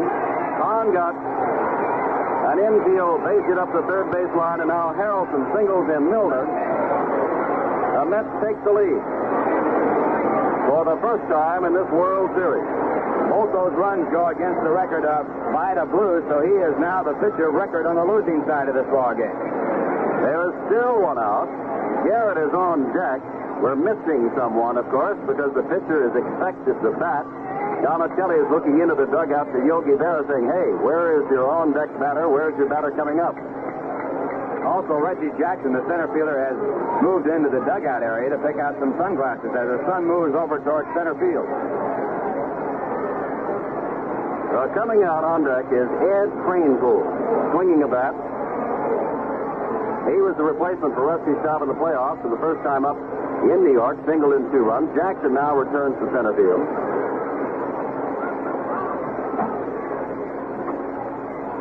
Kranepool came up as a pinch hitter in the 9th inning yesterday, swung at the first pitch he saw there also, and lined one to Campanese at shortstop. with Craneville announced, Dick Williams is out. I would imagine that would bring Knowles in and maybe send Craneville out again. It's 4-3. Dick Williams coming out, Knowles racing onto the mound. Pena, by no stretch of the imagination, did a good job. He came in with runners at first and third and one out. He hit Brody and gave up 2 base hits. That leaves with the bases loaded. But all runs, as Ralph said, charged to Vida Blue. His record is now complete. 4 earned runs, 4 base hits, struck out 4, walked 1. Darrell Knowles worked in yesterday's ball game. He worked 2/3 of an inning. He got Beecham on a soft line drive, a fine play on the ball by Dick Green, the second baseman, and then got the final out of the game when Wayne Garrett hit a fly ball to right field. In the course of the season, Knowles had a 3.09 earned run average. He had a record of 6 wins and 8 losses. He appeared in 52 ball games, and he had 9 saves, and he also had 1 shutout. Darrell Knowles was in the National League. And Jim Beecham, I believe, has hit against him. And Jim Beecham is now replacing Eddie Craneville as George Stone goes out to the bullpen area. Left-hand pitcher for the New York Mets. So Beecham, who was a pinch hitter against Knowles in the first ball game, will now see him again. Brody, who had taken a breather in the dugout, now races back to third base. Hahn is the runner at second base. Harrelson is on at first base, and here comes Beecham. The base Darrell Knowles, who a year ago had his hand in the cast and could not play in the World Series in which the Oakland A's took the Cincinnati Reds for their World Championship. Bases are loaded. 2 runs are in this, the New York 6th inning. Knowles, 31 years old, earned run average of 3.04 this year, 9 saves, and a 1-loss record of 6-8.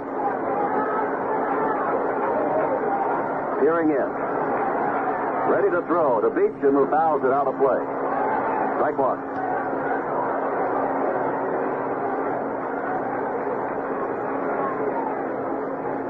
Well, the record against Vida Blue will show he was 0-1 last year, did not win in the playoffs, did not win in the playoffs this year. Had a chance to go out at least a winner, but Pena didn't get the job done, so he's lost that chance and could lose this game. Knowles back and throws a breaking pitch. Knowles has it. Right back to Moses Fine.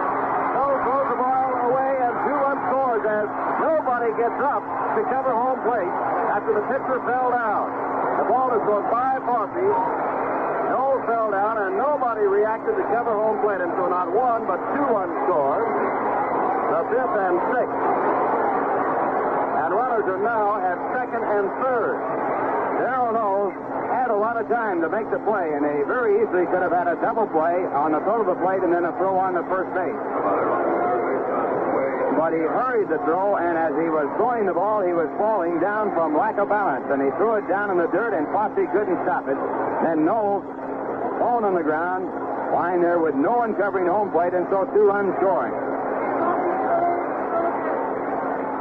And the score is now 6-3 as the Mets have come up with 4 runs. And the defense that was so good yesterday for Oakland has hurt them. Garrett up, drives one foul down the left field line into the bullpen. Blue Moon Odom stands with his hands on his hips after the sudden change of events. With the exception of the Jones home run in the second, the Garrett home run in the third, as we had pointed out. Jones had reached on a single in the fourth. Garrett had walked in the fifth, and that had been all of the base runners. But now, with 1 out after Staub struck out, the roof has fallen in. Knowles misses outside and low. 1 ball, 1 strike. Jones walked. Milner got a base hit. That was all for Vida Blue. Pena came on. Hit Brody. Gave up singles to Hahn and Harrelson. That was all for Pena. Knowles came on. Got the ball hit right back to him. Looked like a sure double play. Threw it away. They could have been out of the inning. And 2 more runs scored. Garrett with a count of 1-1. Knowles to work. Breaking pitch. Swing and a miss. Strike 2. 1 ball, 2 strikes. There is still but 1 out. Staub, who led off by striking out. Garrett is the 8th man up in this New York 6th. And beyond, the 9th man stands on deck. Infield still looking for the double play. First base is up. Pitching very carefully here, and that's the strike. To Garrett, he now must turn and walk away. Well, the 2 outs have been strikeouts. Knowles has pitched very well.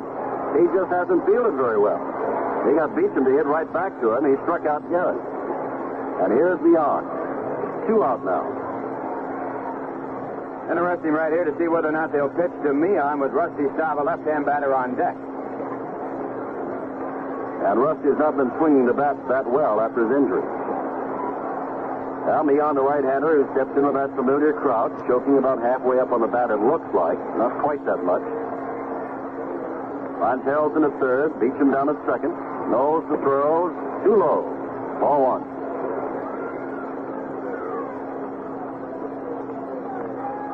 For Beecham to reach first, scored as a fielder's choice and then a throwing error. Knowles right back with the fastball outside. 2 balls, no strikes. Leon. Odom continues to throw in the open bullpen. Mets lead this one 6-3. We are in the 6th. The Mets would love to go back to New York to their friendly fans with no worse than an even split here on the road in the first 2 games of the World Series. In under the hands, Fossey has to go inside to get the pitch, and it's 3-0. Now they throw me on 2 pitches outside, then a breaking ball in under the hands, pitching very carefully to him with Staub on deck. And now they're just going to put him on. At the count of 3-0, they're going to walk him intensely to get to Staub. Rusty started this inning. As we told you at that time, he has gone the other way in the first and fourth, grounding to short and flying to short left, and then struck out, half swinging at a high fastball to start this inning. He is 0 for 3 in World Series play. Now we have Harrelson at third, Beecham at second, but Meehan is on at first. Knowles throws inside to Staub. Fastball misses. 1-0. The fans were in a gala mood here this Sunday afternoon because the Oakland A's had led all the way. Never been behind in the 1973 World Series until this inning. And now they're behind, missing outside the Staub. It is 2-0. There's no place to put Rusty. Walk him, and it's 7-3.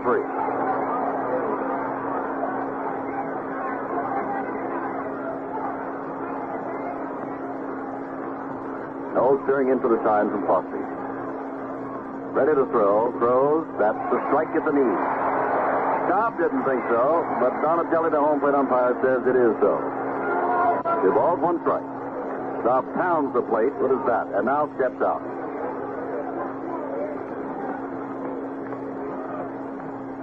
Rusty ready. Knowles looking in. Throws. Ball is fouled off to the left into the seat. 2-2 to Staub.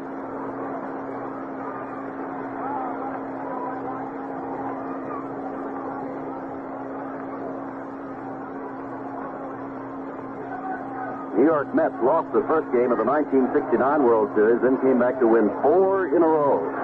They lost their first on the road, won their second on the road, and then went back home. Sound familiar? They lost the first yesterday. They're winning this one. 5 out to right center field. Jackson comes over. Alou is there. Jackson takes it. 10 men go to bat. 4-run score. On 3 base hits, a couple of walks, the fielder's choice. And the bases are left loaded. We go to the last of the 6th. It's 6-3, New York. 3-time Will have their 8th relief pitcher, Tug McGraw, starting to warm up. Tug appeared in 60 ball games in the season. He won 5 and lost 6. He had 25 saves with an earned run average of 3.86. But the ERA, a very deceiving ERA. He was up over 6 in the first part of the season and then turned around and has pitched superbly. In his last 16 games in the regular season, he had 11 saves and 4 wins. Well, Tug McGraw, who worked 2 innings in yesterday's ball game, giving up 1 hit, a bunt base hit by Campy Campaneris, is back in here in the second game of this best of 4 out of 7. That's leading by a score of 6-3. And here as we go to the bottom of the 6th inning, Jim Simpson. Yogi Berra has gone to his 4th pitcher in selecting McGraw, but he's the man who helped in a great extent to get the Mets to the World Series. Comes on with a 3-run lead at 6-3. Alou, who is 2 for 2 today, hit the first pitch of the first inning that he saw and doubled to left just over the bag, and then with a 1-0 count on the 3rd, single to right. Alou is just that kind of hitter. Does not hit for too much power, but he'll hit it to all field. Leading off the sixth inning to be followed by Fossey and Green. The A's down in the World Series for the first time. They trail by 3. They play Alou absolutely straight away. Hahn is on a direct line with home plate. Change on the first pitch looked like the McGraw screwball. And Alou swung and missed. McGraw threw screwballs yesterday, but a lot of fastballs. Breaking pitch, Garrett has it by third base, throws on to first base, and Alou is an easy out. 1 out, and that'll bring up Parker. Parker worked only the 5th inning, got Vandal a foul out. Jackson singled, but was erased on an inning-ending double play started by Gene Tennis, rounding to Garrett at third. That's his 1-inning mark. Fossey was walked intensely, reached on a throwing error by Koosman in the 3rd. Down ball, scored beyond, backhands it near second base, throws on the turn and has it. Going off balance, beyond makes a fine play. 2 out.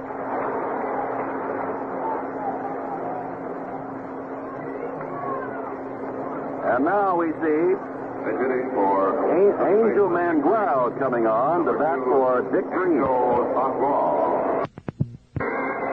Mangual hit .224 during the regular season. He is not necessarily a home run hitter. Again, a man that can swing the bat pretty good. Last year, remember, the Oakland A's changed second baseman almost every time you looked up. They would start one, and he would never come to bat. They'd switch to another. Kubiak most likely will come in to play second base. There's a strike. Green was up in the 1st and 3rd innings with the bases loaded and struck out each time. So Mangual has come on now. Darren Johnson is out on deck. Pitch just misses inside. It's 1 ball, 1 strike. Dick Williams here in the 6th, when he gets down to the 8 and 9 batters, is going to his bench. McGraw ready. The left-hander throws, foul. Darren Johnson was the designated hitter of note for the Oakland A's all year long. Got off to a tremendous start, hurt his thumb, and was not that good over the closing stretch. But, of course, in the World Series, as we have explained, there is no designated hitter. Johnson will come up merely as such as pinch hitter. Line drive down the line in left field. May stay fair. It is fair. Don't be called a foul. Looks to me to be fair. But down the left field line is Harry Wendelstedt of the National League, and the fans down there are giving him the what for.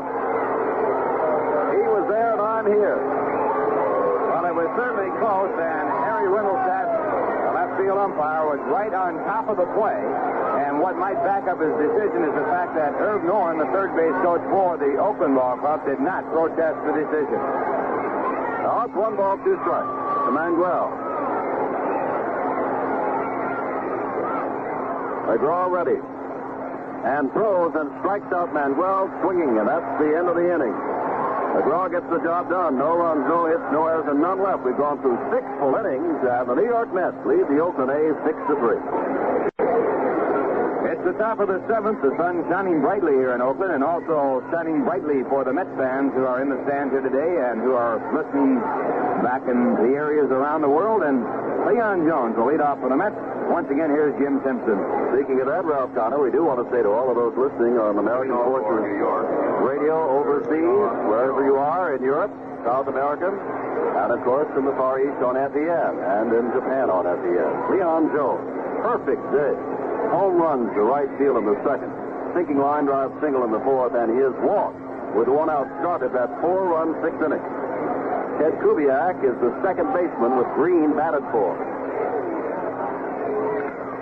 Down ball, Bando, third base, has plenty of time, and that's the first time they've retired Leon Jones today, swinging on the first pitch.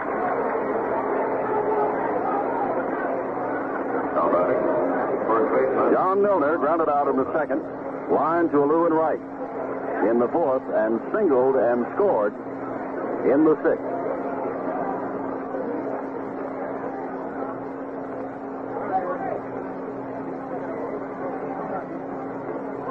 Six runs on 6 hits for the New York Mets. That's strike 1 to Milner.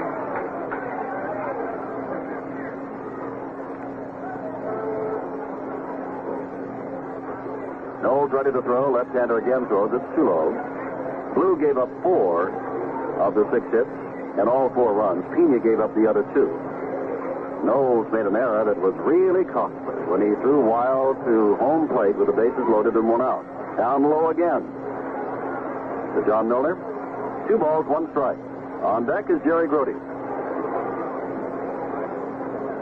And the crowd here in Oakland, as it was yesterday throughout most of the game in which their team led, very quiet at the moment. Their team is down and the Mets are at bat. Outside, missing is Knowles, and it's 3-1. Nobody at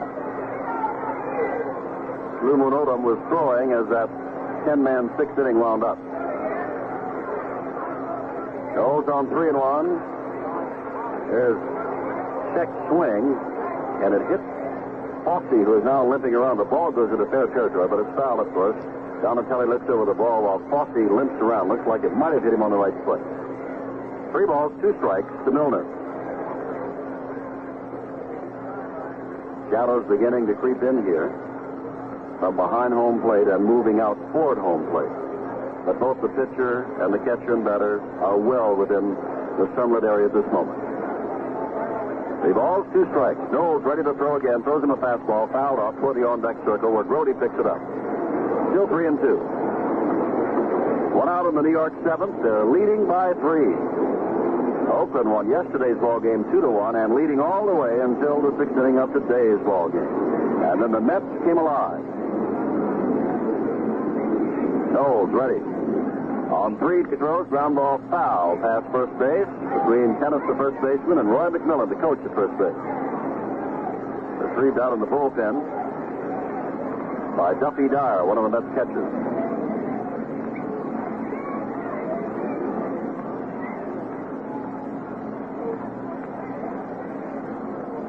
Knowles ready to throw again. Comes back with a fastball that misses high and away, and Milner draws a walk. Knowles has walked his second man. His other walk to Neon in the 6th inning was intentional after he reached the 3-0 count. That'll bring up Grody. Popped out, reached on an error, and on the first pitch that Pena threw in relief of the start of Ida Blue, he hit Grody.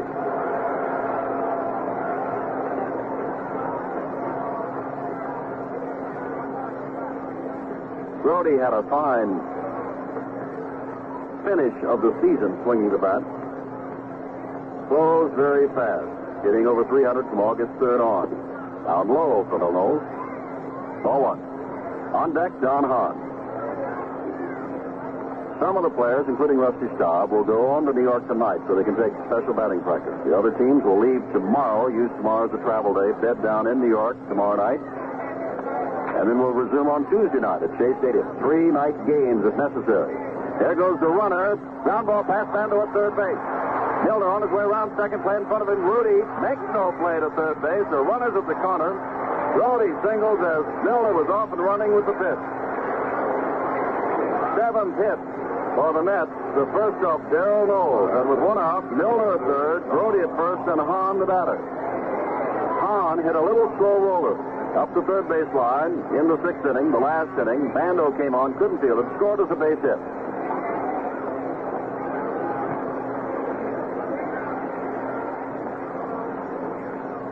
Drove in a run. 6-3, the Mets threatening again. Knowles now pitching from the stretch, throws too low to Don Hahn, ball 1. Bud Harrelson is on deck.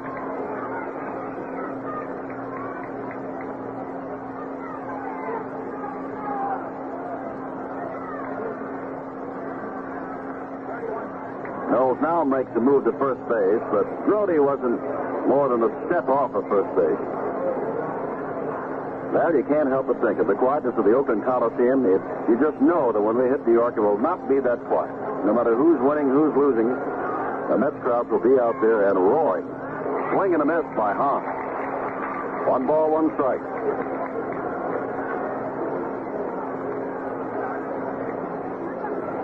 New York is up by 3 runs, getting 4 in the 6th inning.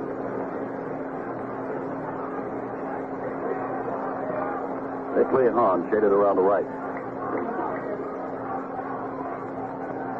Knowles taking a lot of time out there. Now throws and fouled off screen. 1 ball, 2 strikes.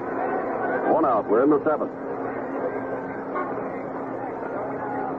And you know the pitching matchup when this World Series does go on in New York, Tom Seaver will be going for the New York Mets, and Jim Catfish Hunter, author of that masterpiece to clinch the American League pennant in the 5th game of the American League Championship, will go for the A's. Knowles throws again down low, blocked by Fossey. 2 balls, 2 strikes. Wild pitch here could mean another run. Now we've got a couple of men throwing in the bullpen.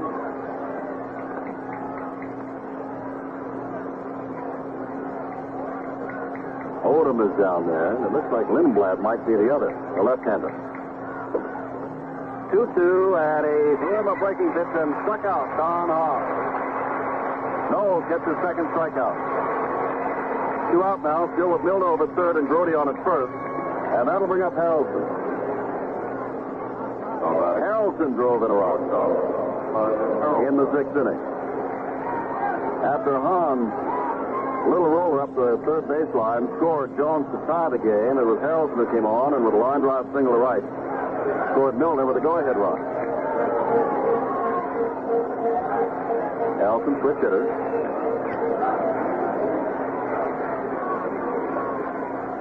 Was batting left-handed when he got his RBI single. There's a strike on the outside corner. Now it's back to the right side again against the left-hander Knowles.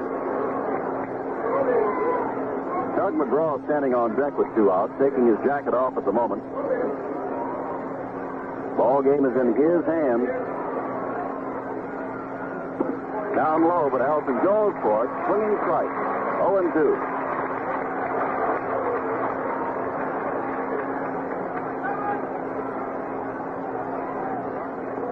Milner just a step or 2 down the line from third base. Grody very close to first base. As Ralph has pointed out, the Mets do not run a lot, although Milner was off and running on the single by Grody. There's the ball. Late left field.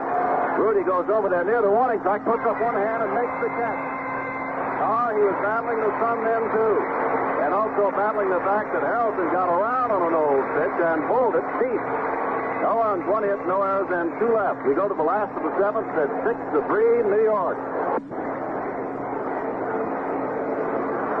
Ladies and gentlemen, the football scores in the 4th quarter. Minnesota 14, San Francisco 13. Also in the 4th quarter. Doug McGraw getting set to go as we go to the bottom of the 7th inning. The pinch hitter for the Oakland A's, and here for the play-by-play, Jim Simpson. Billy Canigliaro, younger brother of Tony Canigliaro, who is thinking of coming out of retirement and trying to make it again as a designated hitter. Billy hit 200 during the regular season. Batting for the pitcher, Darrell Knowles, to lead off the 7th. And you probably heard at the end of the Mets 7th, as the home half of this 7th started, everybody started screaming, "Let's go A's," as the A's fans came alive out here in Oakland. Canigliaro, right-handed batter, facing the left-handed Tug McGraw, gets the through ball and swings and misses. Strike 1. McGraw says he doesn't like to come in and throw that through ball. Everybody knows that's his pitch. So I like to change around a little bit, but after all, if it is your good pitch, you go to it often. But he's got a pretty good fastball. Now changes, and the ball is grounded toward Mian at second base. It goes on to first base, and there's 1 out in the Oakland 7th of this 6-3 ball game. All right. That'll bring up Campanera, who has tripled and scored in 3 trips.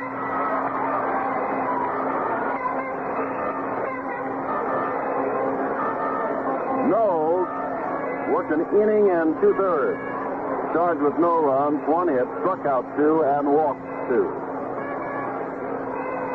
Garrett in on the grass at third base, knowing that Campanera would like to get on base. That's the strike to him, called at the knee. Milner off on the infield side of first base. Another strike, right down the middle. Fastball. Campanera, when he hit that triple to right center field, that was a stand-up triple. He really moved around those bases. McGraw back, and look out, that was right at Campanera's head. And I believe it hit him, and everybody is coming out as the batting helmet went off. Camp is there. He was hit on the head, but not on the side of the head. It looked like a glancing blow that just took the helmet off. Dick Williams came out and actually began to brush the dust off Campy Campanera. He's an important part of this team. Campy goes for his hat and is going toward first base.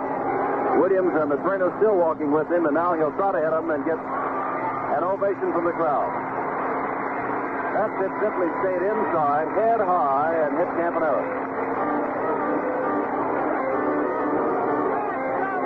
Glancing blow off the helmet. And McGraw a little upset with himself. He was way out in front of Campanella with an 0-2 count. And then hit him. Here's Joe Rudy. 6-3 the score. Rudy has a couple of hits today. A double that Jones lost in the sun at the wall. And a single against the drawn-up infield. 2 for 3 and scored a run. And has driven in a run. He drove in the winning run yesterday, and he's driven in a run today. Rudy with power, and out in left field behind the fence out there is a yellow sign that calls himself Rudy's Rooters. And it says, Go Joe. That's what they're looking for now. Mets up by 3 with a race Tug McGraw on the mound, and Campanella on base with 1 out. Changes, stays high inside. Ball 1.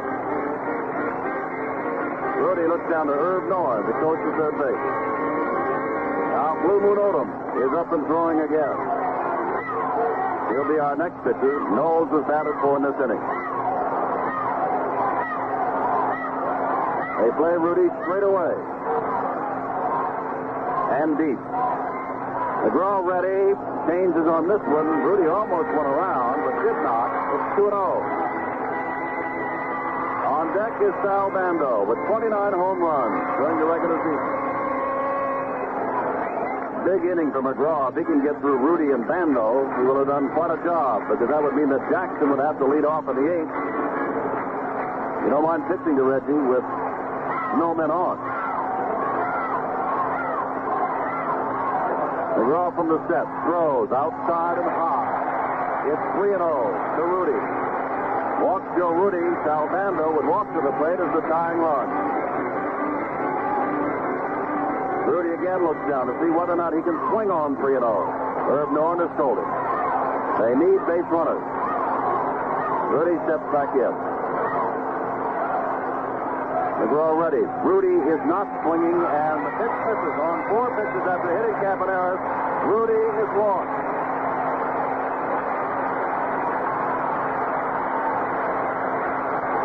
George Stone, with that walk, has gotten up and started to throw. And out comes Rube Walker, the pitching coach, to talk to his ace, Tug McGraw. Stone, a left-hander, has just begun to throw. Blue Moon Odom down on the Oakland bullpen, standing there, hands on hip. Walker now trots back toward the Mets dugout. McGraw will do the pitching to Sal Bando, who has tripled, struck out, and fouled out. But with runners at first and second and in a 6-3 ball game and 1 out, Bando, a home run hitter, is the tying run as he steps to the plate. Right-handed Bando against the left-hander McGraw.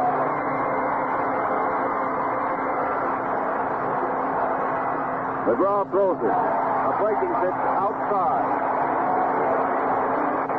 Tug's control since he was 0-2 to Campanella has not been good. He hits Campanella on the head and then walked Rudy on 4 pitches. Now he starts out Bando with the pitch out and away. Campanella's dancing around off second base. McGraw back and ready and pulls the string. Bando swings and misses. Strike 1. 1 ball, 1 strike. Bando quickly steps back in. Leon attempting to decoy Campanella back to second base. Keep him close. 6-3, New York leads. We're in the last of the 7th. Pitch just misses outside. 2 balls, 1 strike to Sal Bando. 97 RBIs on the year, 29 home runs. Leon now runs again over to second base. Campanella's off. McGraw throws. Foul back toward us. It's 2-2.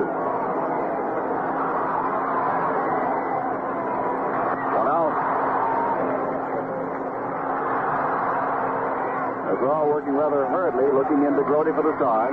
Stone continues to throw in the Mets bullpen. From the stretch, and Campanella towards third base. He's stolen third base. Bando was called out on strikes as Campanella was going to third base.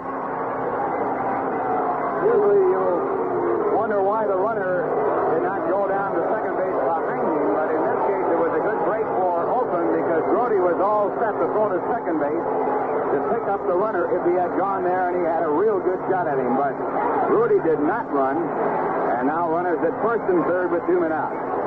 6-3 the score. And here comes Reggie Jackson, who got his first hit of the series the last time up.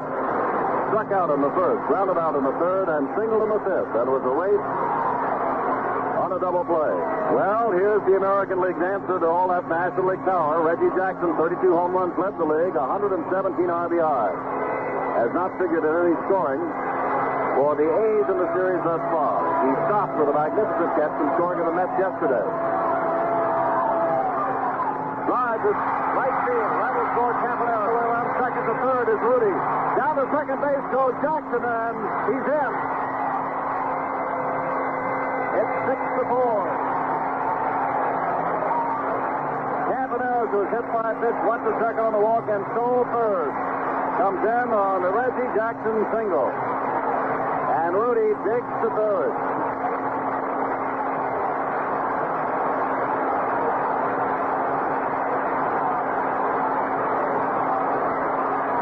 With first base open, Tennis is up. There are still 2 outs. Jackson looks to have a routine single, but legged it into a double, diving head first into second base. McGraw throws. It's a strike at the knees to Gene Tennis, who walked his first 2 times up today and bounced into a double play in the fifth. 6-4. We are in the seventh. The A's fight back against Tug McGraw, who throws and a swing and a miss by Tennis. And it's quickly 2 strikes to the hero of last year's World Series with 9 RBI.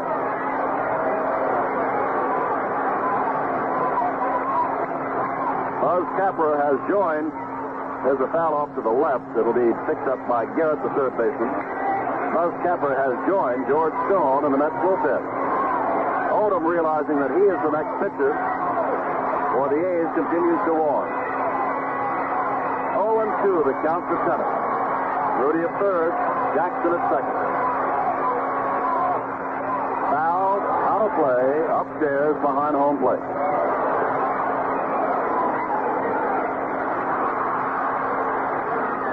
Well, yesterday we went through a 2-1 ball game in which the 2 runs Oakland got were unearned. Today it's been a scoring ball game, and it's 6-4. McGraw 0-2 throwing. It's too low. Foul tip. Tennis was struck of that pitch, which was low, not on the strike zone at all, and the foul tip at the plate. Still 0-2. McGraw has stepped off, now steps back on.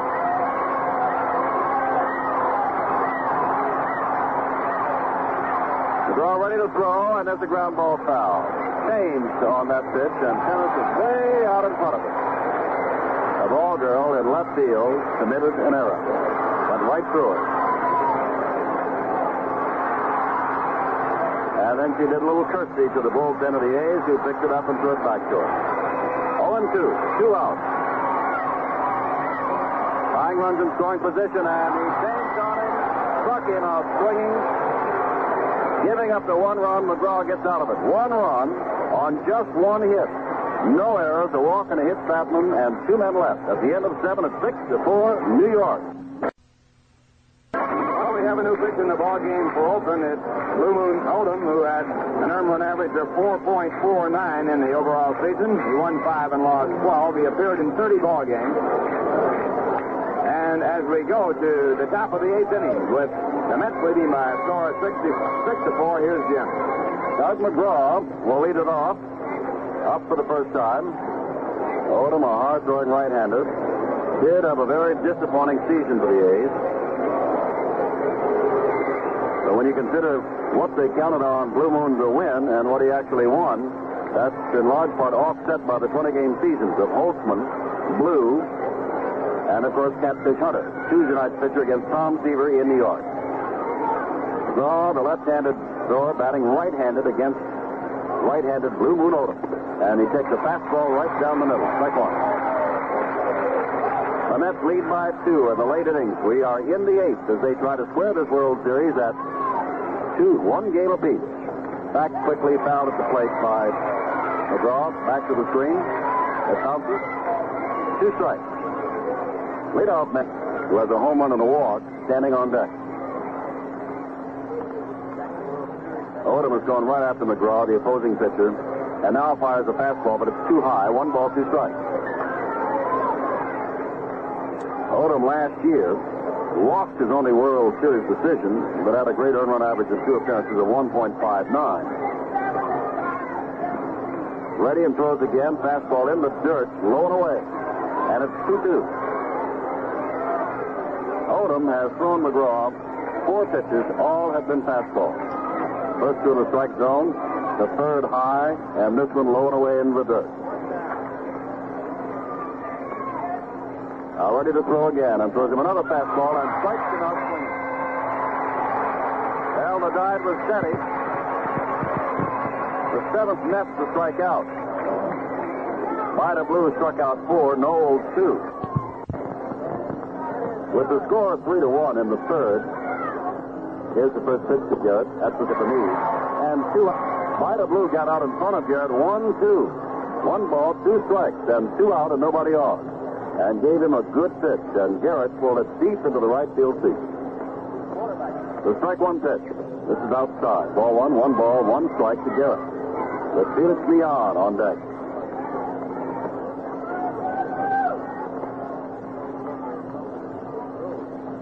Garrett, like so many, wearing 2 batting gloves. Now there's a change on the curve, and he is way out in front of it. That's the first time in Odom's appearance today that he's thrown anything but a fastball. And Garrett was really looking for the fastball, and he had almost gone around by the time the ball arrived. 1 ball, 2 strikes. Mets lead it by 2. We are in the Mets 8th. That's the top of the 8th inning. Fastball bounces in the dirt. 2 balls, 2 strikes. Now the Shadows have almost reached home plate. Part of Augie Donatelli, the umpire, is in the shade. Odom ready. And throws outside. Well, when that shadow gets a little bit farther along, it's going to be awfully tough for the batters because they will be in the shade and the ball will be coming blazing in from that sunlight. And a lot of the batters don't like the hitting background here at Oakland anyway. They won't have that problem in New York. All of those games in the World Series will be at night. Now a fastball lined foul off to the left into the seat. 3-2 with 1 out in the 8th.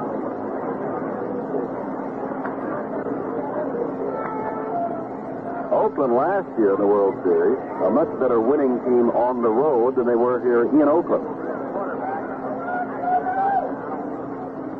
Odom with the 3-2 pitch. Down ball, foul this time off the right side. Whereas we told you earlier in the ballgame that the New York Mets in their miracle year of 1969 lost the first in Baltimore, won the second behind Jerry Koosman, today's starting pitcher, and then went back home and took 3 more in a row to make it 4 in a row and a 5 Baltimore. 3 balls, 2 strikes. Odom throws and strikes it out with a fastball.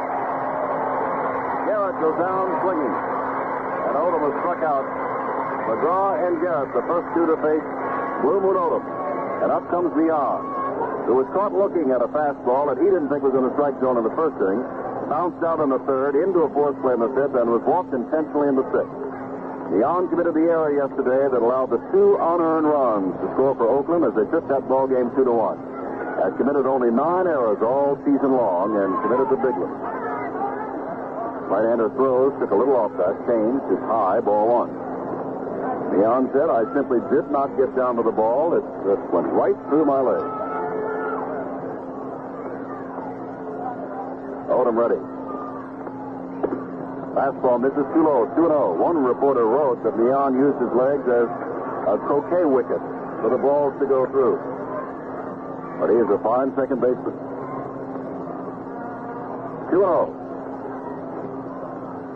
Odom comes back with the fastball, missing inside, and now it is 3-0 with Rusty Staub on deck in a 6-4 ball game, which the Mets lead. Infielders, Bando beginning to walk around. Very difficult on infielders when you throw a lot of pitches. They tend to sit back on their heels a little bit more. Now, there's a strike. Call, 3 balls, 1 strike. Leon taking.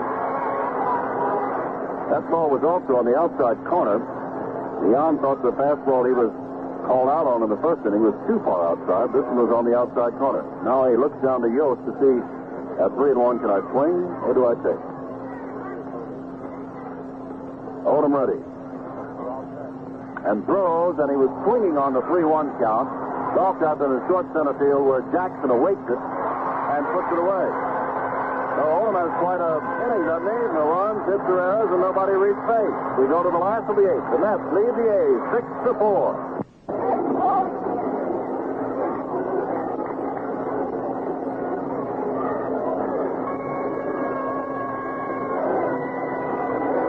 Again from Oakland, California. This is Jim Simpson along with Ralph Kiner. We are in the Oakland 8th inning with Jesus Kalu will lead off. A double in the first, a single in the third, and they got him on a bounce to the Garrett in the 6th. He is 2 for 3. Mets lead it 6-4 as Kalu is the number 6 man in the batting order for the A's. He'll be followed by Fossey. High pitch from Tug McGraw, who was in trouble. Facing 6 men in the 7th, but giving up only 1 run. McGraw, the left-hander, throws, and off-speed pitch swung on and missed by Alou. 1 ball, 1 strike.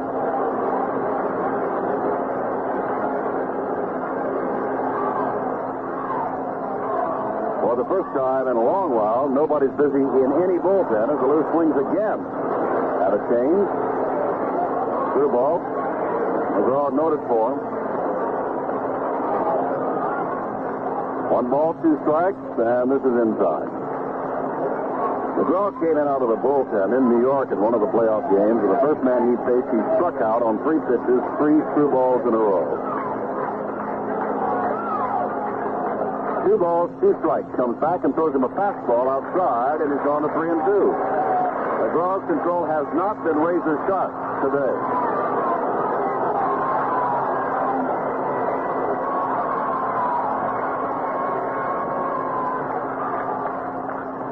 Ground ball, swinging on a change and grounds it foul down toward the A's bullpen. Alou is a very difficult man to walk. He's only walked twice in 108 times at bat. Likes to swing the bat. Swings here. 1 hopper to the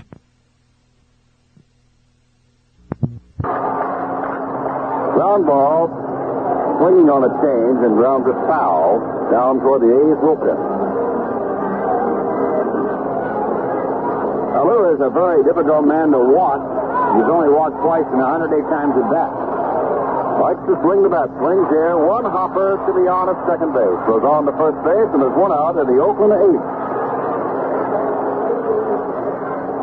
And that'll bring up Fossey. And that will bring out on deck Mike Andrews, who will bat for Kubiak and probably will remain in the game as the second baseman. Fossey was walked intentionally in the first, reached on an error in the third, and grounded out in the 6th. He's 0 for 2. 6 runs, 7 hits, 1 error for New York, 4 runs, 8 hits, 2 errors for Oakland. 2 ball misses, ball 1.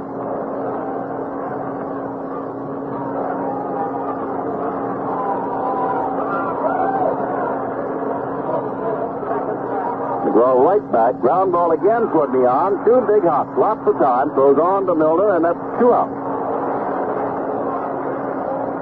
And that will bring up Mike Andrews. Andrews, who was with Dick Williams in 1967 when Boston made it all the way to the World Series, hit 201 this year, only appeared in 53 games, didn't hit the ball out at all, had 10 RBIs.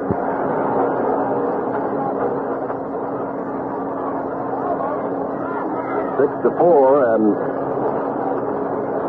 Andrews up, 2 out in the 8th. The A's, barring something happening in a hurry here, will just have 1 more chance, or else it'll be all even Steven, a game apiece, and on to New York we go. McGraw trying to make that possible, throws ground ball right back to McGraw. He's got all the time in the world, and on 3 easy ground balls, McGraw gets the 6, 7, 8 batters. No runs, hits, or errors, and none left. At the end of 8, it's the Mets who lead Oakland 6-4. We're going now to the top of the ninth inning. Rusty Staub to lead off for the Mets. The Mets leading by a score of 6-4. And once again, here's Jim Simpson. Staub has not had a good day, playing for the first time since his injury in the playoffs up in New York. He is 0 for 4. Grounded to the shortstop, fly to left, struck out swinging, and sent an easy fly to Jackson in center field. 0 for 4. Odom on the mound worked only the 8th inning before they struck out the first 2 that he faced and got beyond the fly to Jackson in center field. 6-4 the score.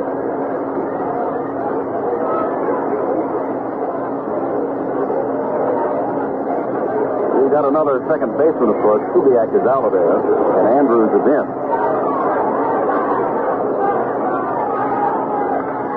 Foul away. Strike one. In the 9th inning, Odom is due up. Of course, Williams undoubtedly will go to the bench, and then it'll be Campaneris and Rudy, as the A's are down at the moment by 2. Staub, the left-hander, looks at the right-hander Odom, who throws him a pitch down low. 1 ball, 1 strike. Well, I would assume with Staub going back tonight, taking batting practice tomorrow and a couple of extra days, he should be close to being 100% by the time the series resumes on Tuesday night in New York. Fastball, line drive, center field. He might be all right now. Base hit for Rusty Staub. First man to reach against Odom. And that's the 8th hit for the New York Mets. They're all even in hits now, but the Mets lead 6-4. And now Willie Mays is going out to run for Rusty Staub. So in the 9th inning, Mays probably will stay on and go into center field, and Hahn will switch over to right field. Now, Mets out of the dugout, the Greek Staub. They like to see that. The one by the man who led them in RBIs and had 3 home runs in the playoffs before he was hurt. Leon Jones, home run in the 2nd, single in the 4th, walked in the 6th, and they finally got him on a ground ball to 3rd in the 7th. He is 2 for 3 and has scored twice and driven in 1. Mays lead off, and so they'll check him at first base when he gets back.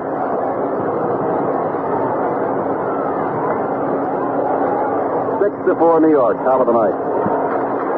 Odom ready, throws the fastball, popped up, right side. Tennis goes back. Andrews comes over. Tennis in foul territory, and now chases it down and has it for the first out. Milner. Milner grounded out, line to right, and then things got going for him. He singled to center and walked, and has scored a run. He is 1 for 3 in this game. Brody on deck. The A's fans just waiting for the last of the ninth, and the A's last chance to take a 2-0 in the World Series. The Mets will be thankful to have split on the road and go back home if they can do it. Again, Mays with that lead off at first base. He's not going. Ground ball, pass. Tennis to first baseman. Mays falls down as he goes around second base. He wasn't on his way to third. Lou was in very short right field. So Milner now is 2 for 4 plus a walk. And Brody popped up, reached on him there, and hit by a pitch and single. Willie actually was falling before he got to second. Somehow maintained his balance. Didn't seem to stumble over the bag. Maintained his balance again and then slid and fell down. 1 out. Mays at second, Milner at first. Jackson wigwagging to a Lou over in right field. Where to play it now, Jackson stations himself more towards straightaway center field. Brody swings and misses. In final scores, Oakland defeated San Diego 27-17. Dallas came back, but not far enough. Los Angeles beat them 37-31 after leading 34-14 at one time. Minnesota defeated San Francisco 17-13 to remain undefeated. The Rams are also undefeated. The Steelers lost today. Odom throws a fastball. It's too low. 1 ball, 1 strike to Brody. And now the shadows have moved well beyond home plate, and so Odom is standing out on the mound in the blazing sunlight, and Brody is in the shade at home plate. Jackson shielding his eyes out in center field. Fastball, and it popped up. Playable. Third base side, Bando in foul territory has it. there's 2 outs. Don Hahn will come up. Hahn is 1 for 4. His little slow roller up the third base line was a base hit in the 4-run 6th inning for New York. Drove in a run, and he later came on to score himself.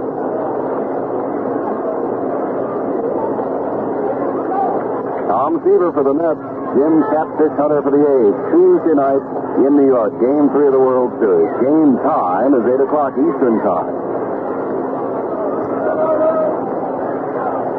Odom Ruddy looking back at Mays, pitching from the stretch and throws a fastball too low. Ball 1. Oakland has given us some superb weather in which to play the first 2 games of this 1973 World Series. The sun has been out all day, every day, and the temperatures have been in the low 70s. Not hot, not chilly. Odom Ruddy comes back with another fastball. Grounded toward Campanella, scoops in, goes on to first base, and has him.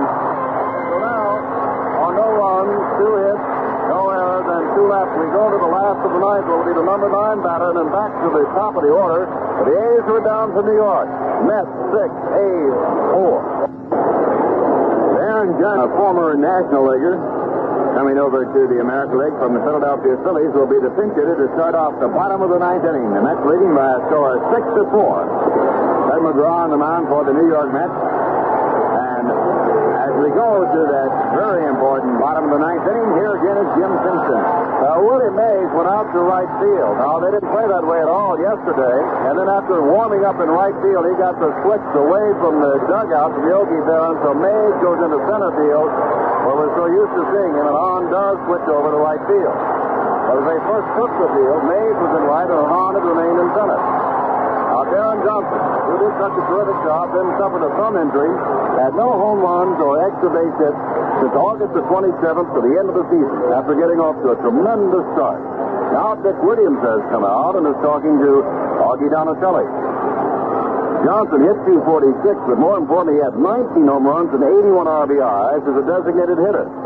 But he stacked up a lot of that in the early going. Dick Williams still talking. Donatelli, the home plate umpire. McGraw is going to take a couple of extra warm-up pitches here, while Williams and Donatelli conclude their discussion. I think what it is, Jim, is that the Oakland Ball Club, the management, has turned the lights on here, and the lights were not on when the Mets batted in the 9th, and I believe that Augie Donatelli wants the lights turned off. Well, we'll look at the lights. Johnson stepping in. And now Donatelli tells him to step out. And Donatelli, hands on hips, walks away, so that's probably what it is. And now we know it is, because Robbie's turning around and pointing to the light.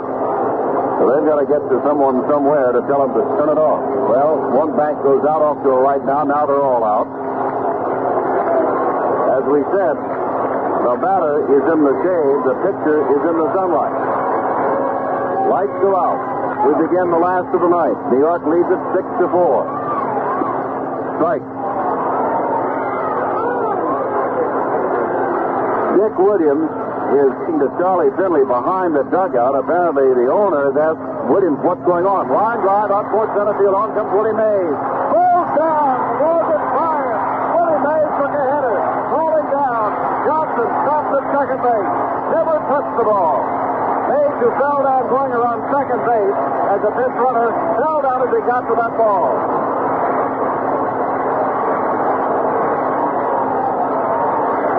Appeared to have some difficulty finding the ball out in the outfield. He broke 2 different ways, and then he fell down, and while falling down, he just missed slapping the ball. Now Darren Johnson is leading the ball game. He gets credit for a pinch hit double, and the tying run is at the plate. Alan Lewis comes in. He is the man from Panama who steals all those bases. At one time, he stole 116 bases in one season, believe it or not. Campanella comes on, and now, with a 6-4 ball game, nobody is out. And Alan Lewis is on at second base. Each team now has 9 hits. But the New York Mets lead 6-4. Campanella steps in. He is tripled and has been hit by a pitch and has scored twice. In 4 trips to the plate. Misses. Low. Ball 1 to Campaneris with Joe Rudy on deck.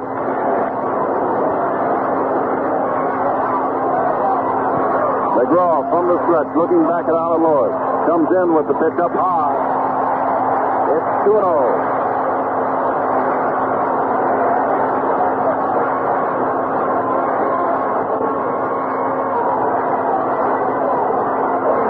Mets leading by 2. Milner and Garrett Keane at the corners. Leon and Helton deep at second and shortstop. Breaking pitch catches the inside corner. That's the strike. 2 balls, 1 strike. George Stone again for the Mets. McGraw in trouble, not entirely of his own making. That was a line drive that Mays fell out on. Well hit, but Mays looked like could have gotten it. There's call strike 2 to Campaneris. Oh, completely on that pitch. 2 balls, 2 strikes. Campy struck out swinging in the 4th. That was against Tedecki, another left-hander. Down low, it is 3-2. And the tension mounts, and the suspense continues here in the last of the ninth of Game 2 of the World Series. Oakland won yesterday. New York leads now 6-4. Campaneris steps out and takes a couple of practice swings. Now he's back in. McGraw sets the throw. Strikes him out, swinging. Campaneris goes out, and up comes Joe Rudy. And Brody walks out to talk to McGraw. Helton stops in for the conference. Rudy has home run power, had 12 on the year, but he was sick a lot. He really was, with mild intestinal problems that even had him hospitalized.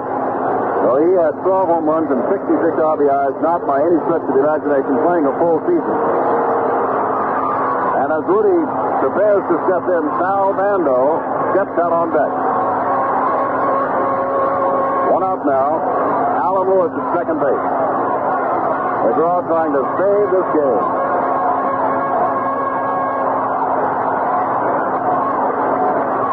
Rudy is ready.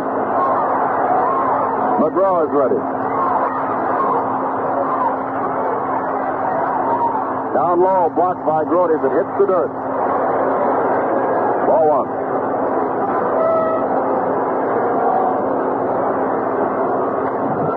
Oakland jumped off to a 2-0 lead. Home run made it 2-1. Oakland run made it 3-1. Garrett hit home run to make it 3-2. Then the Mets got 4 in. Oakland got 1 in the last of the 7th, and here we are at 6-4. McGraw throws, swings, foul tip.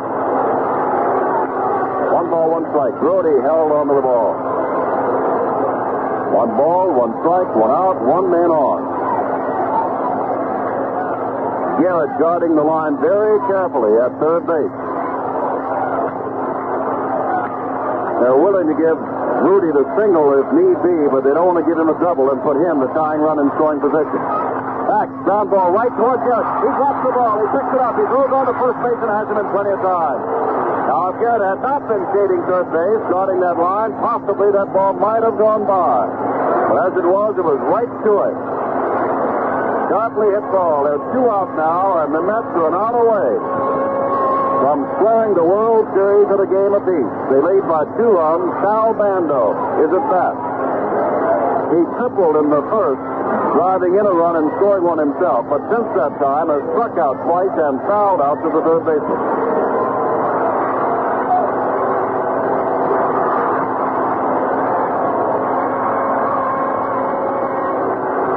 Parker would be the winner, Blue the loser. But it's not over yet. We're an out away, and Bando is at the plate and takes the pitch in under the chin for ball 1. Darren Johnson led over the double, and Willie Mays came over, apparently lost in the sun, and fell down and rolled to the wall. Alan Lewis replaced him. Simpson Campaneris is struck out, and Rudy is grounded out. McGraw right back, fouled off to the right. Out of play in the seat. 1 ball, 1 strike.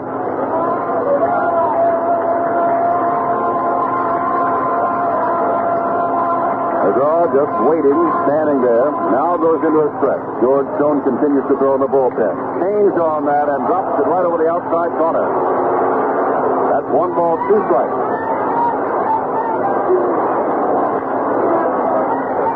The Mets are a strike away winning this World Series. McGraw comes back, change up way high and outside. 2 balls, 2 strikes. Bando with that closed stance and a lot of power. Does not grip the bat all the way down to the end, even though he is a power and pull hitter. McGraw back and throws and is fouled back toward us. Still 2 balls, 2 strikes. 2 out. And the Mets leading by 2. This is the kind of drama you expect in a World Series game. And today we're getting it. Down low. It is 3-2. Well,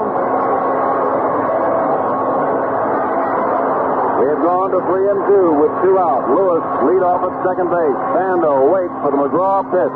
He comes in changing it down low. He goes to first base and Reggie Jackson comes up. The tying runs are on. Jackson, the left-hander, singled in a run the last time up in the 7th inning. He struck out in the first, grounded out in the third, but since then has singled and doubled. I think I said singled in the 5th and doubled in the 7th. Jackson, we will repeat. The American League home run champion, the American League RBI champion, hit .293 during the regular season. Mets lead 6-4, 2 out, last of the 9th. Alan Lewis at second, Sal Bando on at first, the pitch to Reggie Jackson, strike. Off-speed pitch, right down the middle. On deck, hoping that he gets a chance to bat, is Dean Kenneth.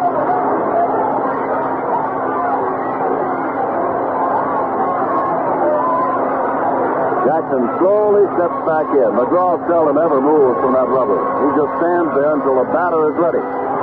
Looks back towards second. Throws another off-speed pitch. Grounded into the field. Here comes Alan Lewis taking for home, and the tying run goes to third. It's 6-5 with 2 out. Jackson gets his third straight hit, his second straight RBI.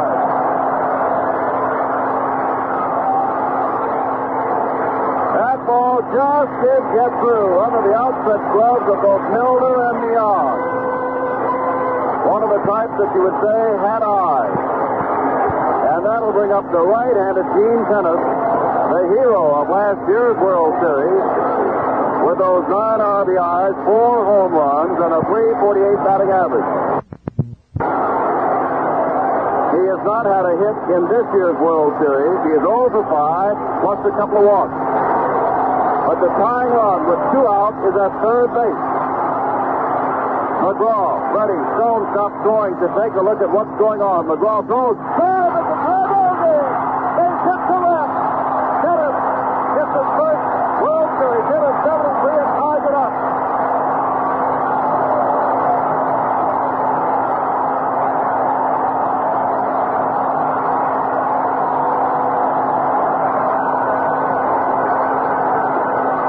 And Fawcett Tom Oakland goes wild. Comes up with Jackson, who can run down at second base as the winning run with 2 out in the last of the 9th. And now the Oakland bullpen gets busy because we may go to extra innings.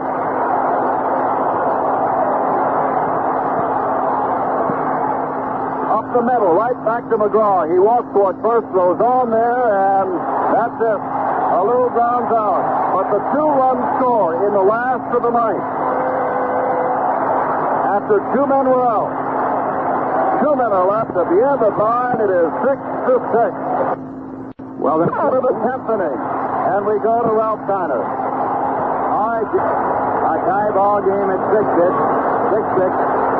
Oakland 6 runs on 11 hits, 2 errors. The Mets 6 runs on 9 hits and 1 error.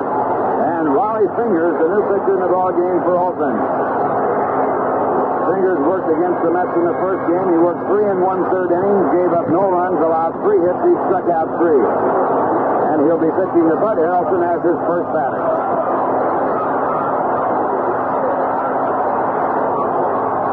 Fifth pitcher used by Oakland.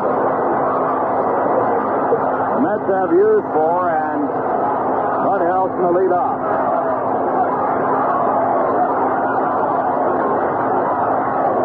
Harrelson has had 1 hit in 4 times up. He drove 1 to deep left in the 7th inning with runners at first and third and 2 men out, and the ball caught by Rudy in the far left field corner. A good running catch by Joe Rudy.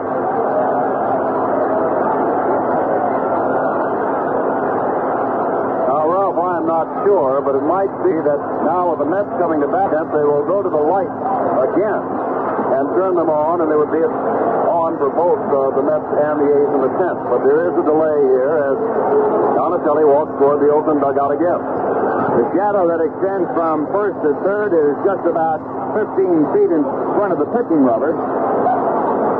And the hitting area from that point all the way to home plate is in darkness or in a shadow, with the rest of the field bathed in sunlight. We will pause 30 seconds for station identification.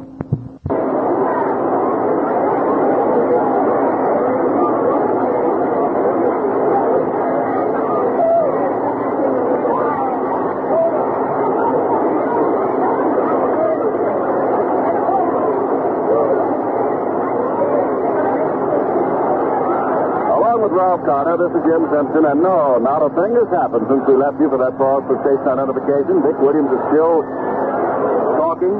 The lights have not come on. Fingers continued to throw, and finally he stopped throwing.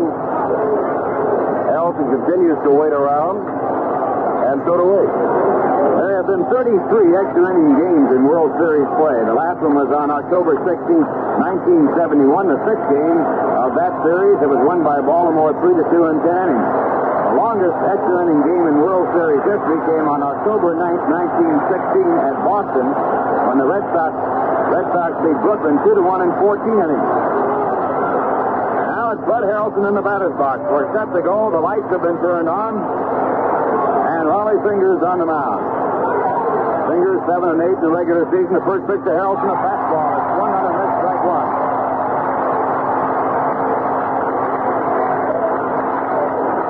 The last 8 times that a series game went into extra innings, it was decided in the 10th inning. 1 strike count to Bud Harrelson. Tug McGraw, the on-deck batter. And here's the pitch. And it's taken low. 1 ball and 1 strike. Fingers was in 62 ball games in the regular season, had a 1.92 average, had 22 saves during the year. And the 1-1 pitch, 1 on and missed. It's now 1-2. Harrelson singled in the 6th and drove in a run. He's had 1 hit and 6 times up in the series. Batting left-handed now against the right-hand pitcher, George Stone, throwing in the bullpen for the Mets. The 1-2 delivery. It is taken inside, and Harrelson almost falls down as he tries to get out of the way, going across home plate and onto the other side. 2 balls, 2 strikes. Vida Blue started the ball game, went 5 1/3, was charged with 4 runs, gave up 4 hits. Pena was in the ball game, gave up 2 hits, did not retire a batter. Next pitch to Harrelson is swung on and fouled back against the screen, and the count holds at 2 balls and 2 strikes. Darrell Knowles worked 1 2/3 innings, gave up only 1 hit, but committed an error that scored. John Odom went 2 innings, gave up 2 hits and no runs. 2-2, and the pitch back to Harrelson. Line out toward shortstop and on by the shortstop, Campaneris, on his glove side, and the Mets have a runner at first base with no one out. Harrelson's second hit of this game, the second of the series, and it brings up Tug McGraw in a bunting situation. McGraw has batted once in this ball game. He was struck out by Odom, but in this situation, he'll be in a bunting sacrifice try situation. Mets getting their 10th base hit of the game. A's have had 11 at 6-6. No one out in the 10th inning. McGraw, right-hand batter. Third baseman Sal Bando is in about 80 feet from home plate. Now he moves in very close. Here's the pitch. McGraw bunts it out to the mound, and play might go to second. There it goes, and it is in time.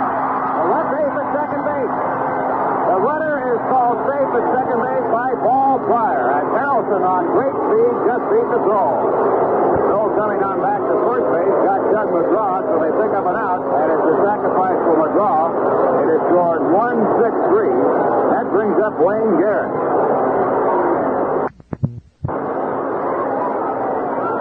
Garrett has homered in this ball game. He is 1 for 4.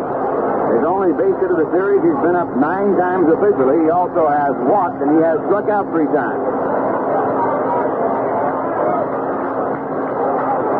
Garrett, a left-hand batter. Let's have the go-ahead run at second base here in the 10th with 1 away. And the first pitch to Garrett. He takes it low and outside the ball. Garrett's home run came in the 3rd to put the Mets only 1 run back of the A's, who scored 2 runs in the 1st inning.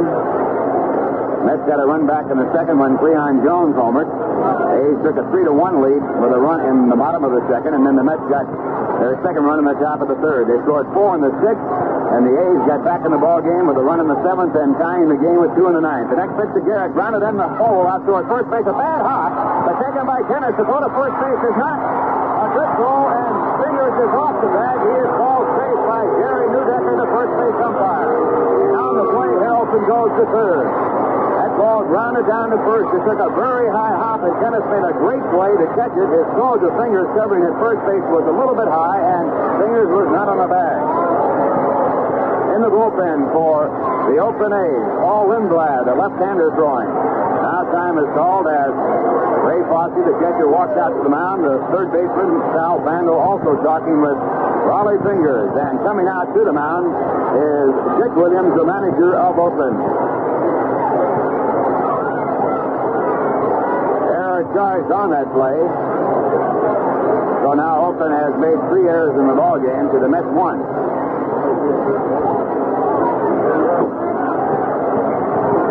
As a guess, Ralph, the error on the throw, because Tennis did a fine job to get there, and of course all Fingers covering the bag was trying to do was to catch the ball, and the ball was just thrown too high for him. Very tough scoring decision because he made an outstanding play on the very high hop, the bad hop, to catch the ball at all.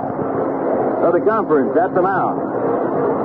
Williams talking with his pitcher, Raleigh Fingers. He has a left-hander in the bullpen. The Mets have Felix Millan coming up, a right-hand batter.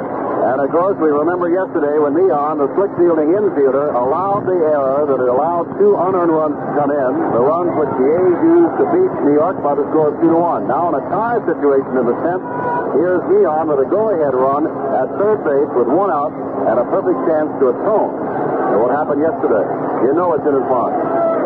Millan in this ball game is 0 for 4. He was walked intentionally in the 6th inning. He had 1 base hit and 4 times up in the first game. Now the A's are playing the infield in for a play at the plate. Harrelson the runner at good speed. Millan, a right-hand batter. Here's the first pitch.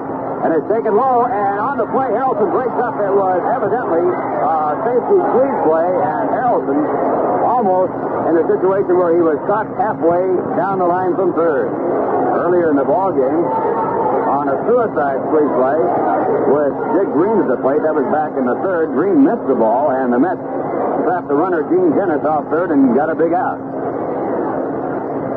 So the pitch called the ball, and Millan out of the batter's box now steps back in. Harrelson scrambling back to third. There was no throw from Ray Fosse. He evidently didn't know where Harrelson was. Harrelson diving back into the bag even though there was no throw. 1 ball, no strike. Millan waiting for Raleigh Fingers. And here's the pitch. It is lying down the right field line. It's foul. All foul by 6 or 7 feet down the right field line, and the count now 1-1. That ball was well hit. But a foul ball, the count 1 ball and 1 strike.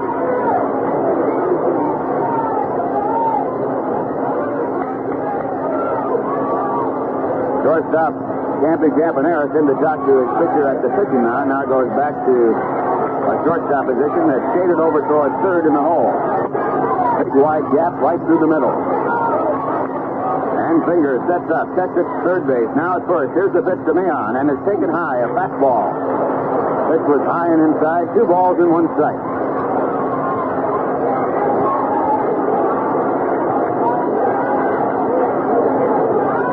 Leon steps back with his front foot out of the batter's box. Checks with the third base coach, Eddie Yost. Now gets to the hitting position. Ollie fingers. Goes to the set position. Again checks the runners.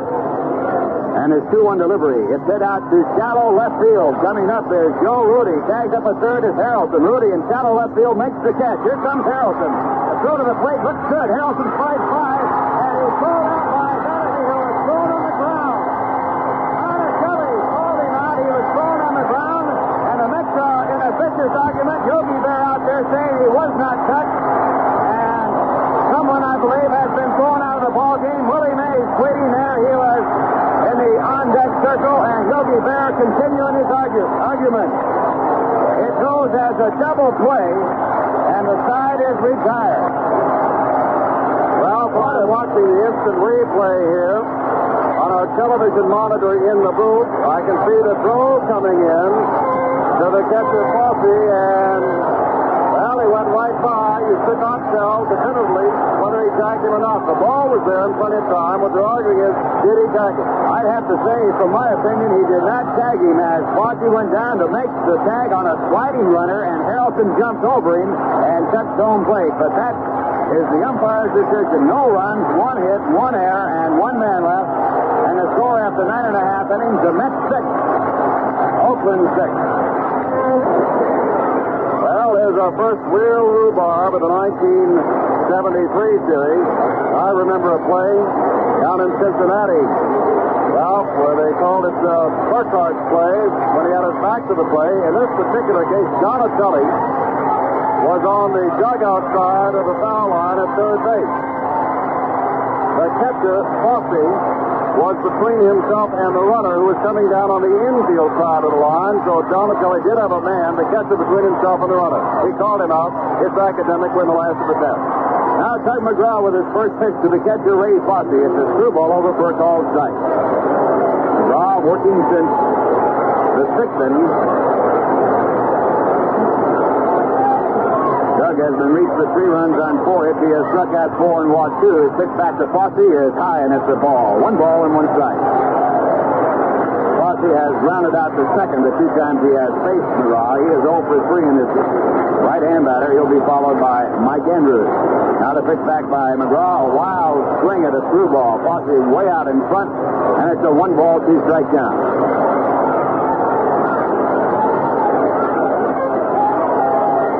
Tying up the ball game with 2 runs in the 9th inning. And we are now in the bottom of the 10th. It's tied at 6-6. Here's the pitch back to Fosse again, a screwball, and it's outside. The count 2 balls and 2 strikes. Darren Johnson led off in the 9th inning for Oakland and hit a fly ball to left field. Willie Mays left center field. Willie Mays fell down on the ball and went for a 2-base hit. Now McGraw at 2-2. Here's the pitch. Swing and a miss, and McGraw has his 5th strikeout. After Johnson hit the double that Mays could not handle, Campaneris was struck out, but then Rudy grounded out the third for the second out of the inning. Ralph Bando took a very close 2-2 pitch, which was called ball 3 and then walked. And Reggie Jackson bounced one between first and second base, between the first baseman and the second baseman, and a run scored. Runners at first and second, and on the next pitch, Gene Tennis singled to left field to tie up the ball game. Now the next batter is the second baseman, Mike Andrews, and the first pitch is swung on and grounded foul.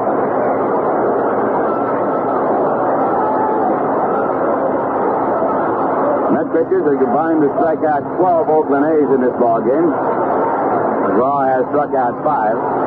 And his next delivery, a fastball in for a called strike, and it's a 2-strike count. Mike Andrews was a pinch hitter in the 8th inning. He bounced back to the mound. McGraw reading the signs, now goes into the windup, and the 2-strike delivery. It is down low, and the count is 1 ball and 2 strikes.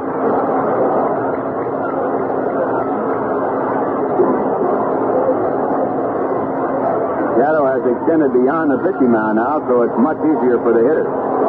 Next delivery, it's inside. Fastball missing 2 and 2. McGraw appeared 60 times during the season for the Mets. He had a record of 5 saves. Now time called as Mike Andrews steps out of the batter's box. The controversial play will be talked about for a long, long time. Next pitch is in the dirt. It bounces away. And it's 2-2. Augie Donatelli, the senior umpire in the National League.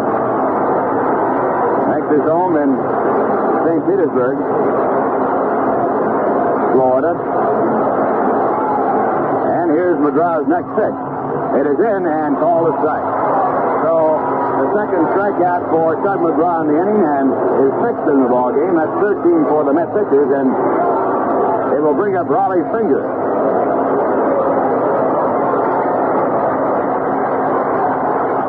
Fingers batted one time in yesterday's ball game and was struck out. He was struck out by Tug McGraw, who worked 2 innings in yesterday's game.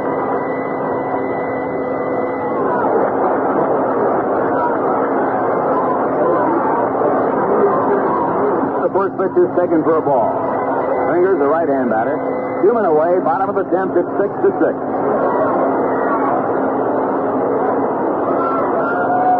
And McGraw into the windup is next pitch. Swung on and missed. Fingers with a hard swing at the fastball. Counted 1 ball and 1 strike.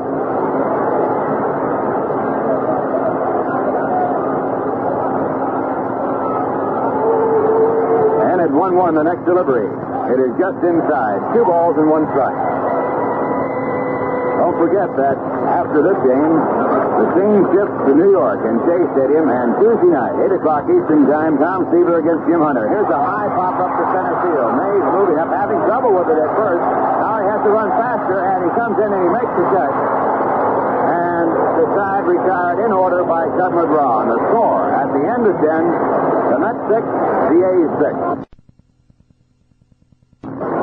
We're going now to the top of the 11th inning, and the ball game tied up at 6-6. Willie Mays, the leadoff for the Mets, and here for the play-by-play, Jim Simpson. All right, Ralph. We made some kind of history, modern-day history. Remember what Ralph said. The last 8 times that a series game went into extra innings, it was decided in the 10th inning. No series game has gone more than 10 since Brooklyn beat New York in 11 back in 1952. And here we are in the 11th today. Mays got a single first time up yesterday in the World Series, filling in for Staub, went 1-for-4. Fingers throws up high to Willie. Ball 1. Mays having trouble in the end of the 10th on that high pop-up off the bat of Fingers because of the sun. And I'll pursue that in a moment as Fingers comes right back up high again, 2-0. Rudy was being warmed up by a man from the Oakland bullpen, which was directly to his right and toward the sunlight. And the Oakland bullpen player had to run out into the outfield in front of him, looking away from the sun to warm him up with a couple of throws before this 11th inning began. Looking into the sun is just too much. 6-6. We are in the 11th. Willie Mays, who started a World Series as a rookie in 51, is in this World Series now. Fouls this one off to the right on a 2-0 count. It's now 2 balls, 1 strike.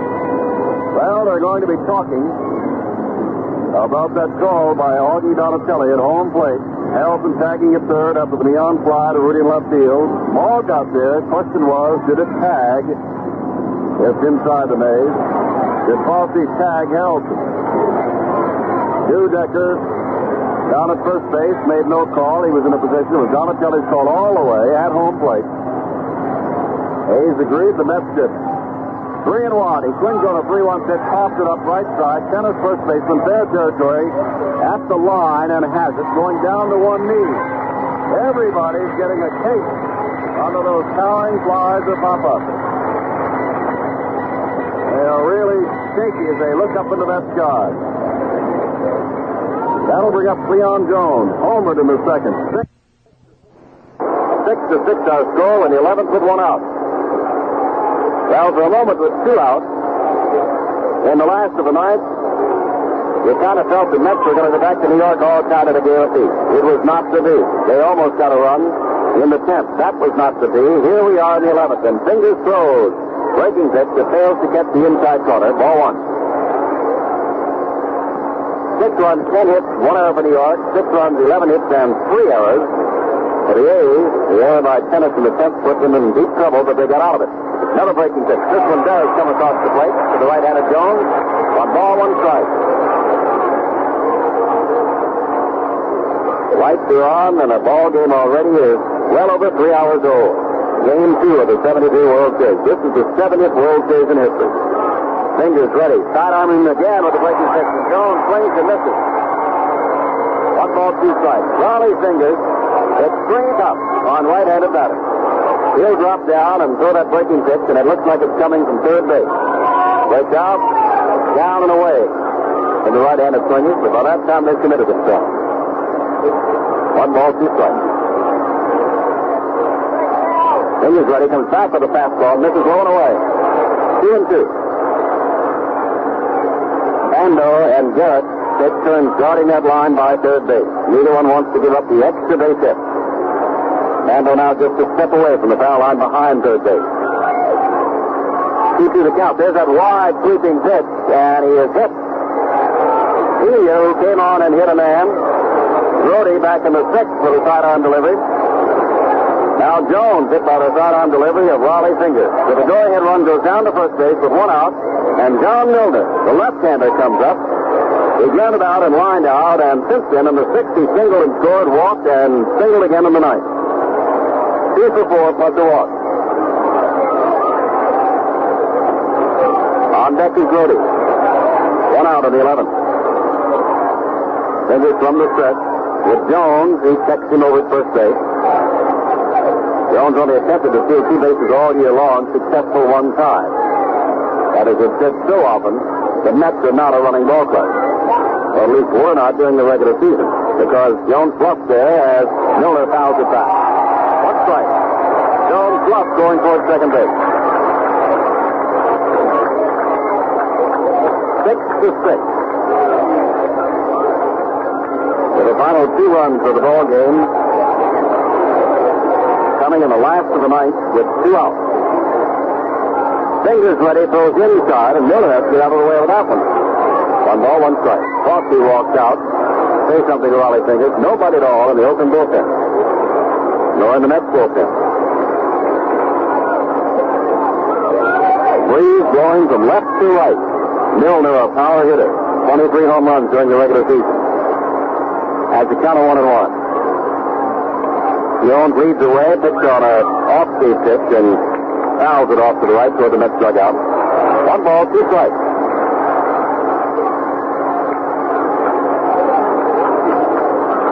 Andrews and Campaneris are in the sunlight at short and second. Tennis and Bando at first and third are well in the shade. As they sit to Raleigh Fingers, is about to throw with a 1-2 count to John Milner.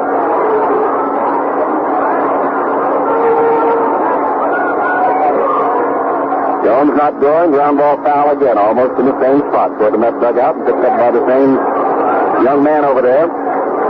And so Donatelli calls for a new stack of baseballs and has them. And the count remains 1-2 to John Milner. Well, I'm sure many people got in their cars, not too many because they're still pretty well filled, and headed out of Oakland Coliseum only to find that since they left, the ball game has been tied and still in doubt. Breaking pitches too low and away. Fingers thought he had it. It's strike 3. It's 2-2.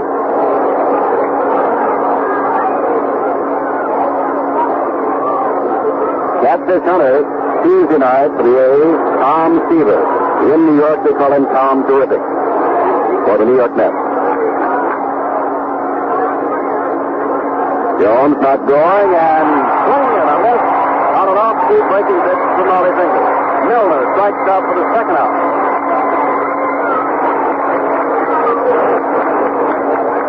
9 strikeouts now for the A's pitching staff. There have been 12 by the Mets pitching staff. Brody, the right-hander, preparing to step in now, getting some good on his hands. Still stationed at first base after being hit by the pitch. It's Cleon Jones.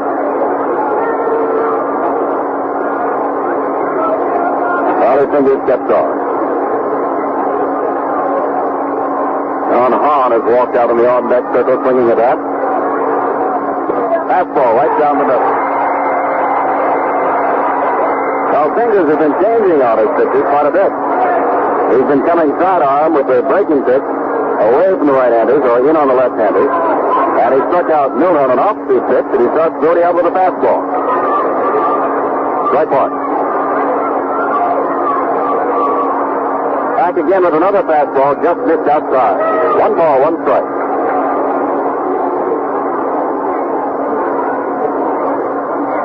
Of the banners here, a good portion belongs to New York Mets rooters. However, there's one sign down to our left that says, "Where is New York?" 1 ball, 1 strike. Sidearm again. The breaking pitch misses inside, and again, Fingers doesn't like the call of Augie Donatelli. 2 balls, 1 strike. Lindblad up and throwing again. In the open bullpen.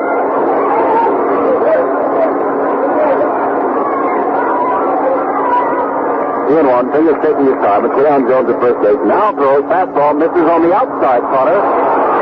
And it's 3-1. Fingers has been all around that plate. 3 balls, 1 strike. 3-1. Jones might be going. If Brody's got the call. No, he's not. And there's a line drive over the head of Campanella. Space hit. Rudy comes on in, stopping at second. It's Cleon Jones. Brody swinging on the 3-1 pitch. Then Jones down to second. Fingers gives up his second hit. That's 11 now for New York and 11 for Oakland. And here comes Don Hahn, who has one of them in 5 attempts. That was a slow roller up the third baseline that Bando couldn't make a play on. It drove in a run. And in the 4-run sixth of New York, Hahn later scored. Jones away from second. Brody from first. Fingers looks back to second and throws to Hahn. Fastball swung on and missed. Strike 1. Hoffman walks out and says something to Fingers before flipping the ball back to him. Harrelson on deck in this 6-6 game. Each team has 6 runs. Each team has 11 hits. Oakland got in deep trouble with one of its 3 errors, which allowed 2 unearned runs to score, and were very nearly in trouble in the 10th inning because of an error. Bill Harrelson was cut down at the plate on a throw from Rudy. A play which the Mets said was not so. Foul off to the right. This will make it, I believe, into the seats, giving chase down the right field line. It's at least a half a dozen rows back. Lou went over from right field. Kenneth came back from first base, and Andrews was also pursuing it, but the ball was well back in the seat. A lot of room in foul territory. Now Fingers doesn't want to make a mistake. He's way out ahead of Don Hahn. He's got him 0-2 with runners at first and second, and 2 out in the 11th. In the last of the 11th, the A's will send the top of their batting order up: Campanella, Rudy, and Bando against Hud McGraw. But they're not out of this half of the inning yet. On waits, right-handed batter, closed stance, Fingers throws, fastball that is too high. 1 ball, 2 strikes. Operating with an 0-2 count, Fingers came in with a high fastball up in the eyes, and Hahn didn't offer.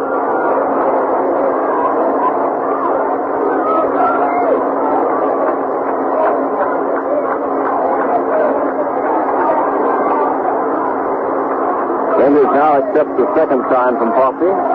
Nods, looks back, and throws the sidearm breaking ball grounded toward Campaneris. He will go to first base and throws and has it. No runs, 1 hit, no errors, and 2 men left. We go to the last of the 11th of a 6-6 World Series ball game. Jim Simpson with Rob Cottage. Doug McGraw continuing his warm-up. McGraw started twice in 1973. On one occasion, he pitched 6 innings. On another 5 2/3 innings. In relief, his longest game is 5 1/3 innings. He is now starting his 6th inning in relief here in Oakland with a 6-6 ball game. Campaneris to lead it off. Campaneris has scored twice. Been hit by a pitch. 1-4. Swings. Courtyard at third base on 1 hop. Throws on low, but Miller has it. And Campaneris is an easy first out of the Oakland 11th. 21 years since the World Series game has gone this distance, the 11th inning. And if we go past 11, we'll look back into the history books to see how long it has been one has gone at least 12 innings. Joe Rudy got hit the first 2 times up, scored a run, He is 2 for 4 plus a walk.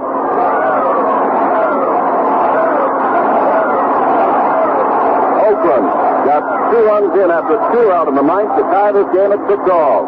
Breaking pitch catches the inside corner. Rudy stares back at Donatelli, the umpire. It's strike 1. And now Rudy steps out and looks down to Herb Norn. He yells in from his third base coaching box.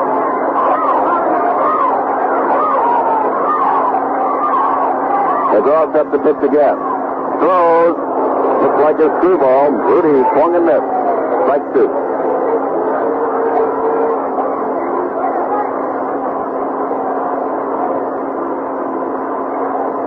0-2 to Rudy, who steps back in.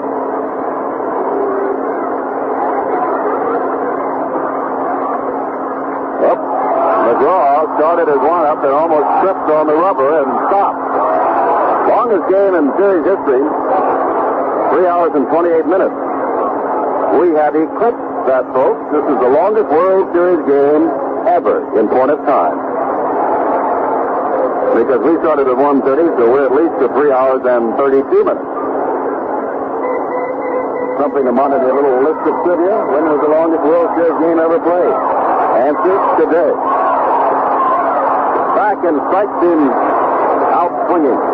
Looks like that screwball again. Jim, the longest game ever played in total time ever in the history of baseball was played by the Mets against the Giants, 7 hours and 23 minutes. And you know, because as I recall, you're waiting to your post-game show in New York. And how many hours did you have to wait? I had to wait at least 4 hours. Here's Sal Bando. Walked and scored an important run, the tying run in the ninth inning. John Zipman fouled for third base. 6-6, 2 outs, last of the 11th. 1 strike to Bando. McGraw got Campaneris and Rudy easily on a routine grounder and a swinging strikeout. Now comes back and throws to Bando up high. 1 ball and 1 strike. This is not a getaway day for the teams. They will leave tomorrow for the East Coast. Off-speed pitch stays too high. 2 balls, 1 strike. So they'll get the jump on that time. They'll be back there with a 3-hour time difference. Have tomorrow night to rest, and then they will not play until Tuesday night. Bando swings and fouls this one to the screen. 2 balls, 2 strikes. Doug McGraw hoping to match his longest stint on the mound ever this year of 6 innings if he can retire Bando. And he does with a swinging strike 3. McGraw never looked stronger than he did in this inning, getting Campaneris, Rudy, and Bando on a run. Pitcher has none left at the end of 11. It's still New York 6 and Oakland 6. Either McGraw will be batted for. He has pitched 6 innings. It's on to 11 innings. It is 6-6, and the bouncing ball goes right back to Ralph Kiner for inning number 12. Hey, thank you very much, Jim. Bud Harrelson, the leadoff for the Mets. He singled in the 10th inning. The first batter that Fingers pitched to when he came in the ball game in the 10th. Bud has had 2 hits in this ball game, and the first pitch by the right-hander is in punt. Harrelson singled to right in the 6th inning to drive in a run. Each side has had 11 base hits, and it's a 6-6 ball game. Raleigh Fingers, a right-hander, and he comes back and misses low inside. 2 balls, no strikes.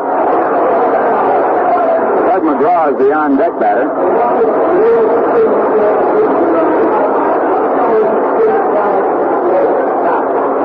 Fingers reading the sign from his catcher, Ray Fossey, and his next delivery is in for a called strike. 2-1. Harrelson batting left-handed against the right-hander, chokes up in his bat. Outfield is shallow. Tips it around toward left field. Here's the next delivery. It's swung on and missed, and it's a 2-2 count. Fingers in pitching to 9 batters has given up 2 hits. He has struck out 1. He also has hit a batter.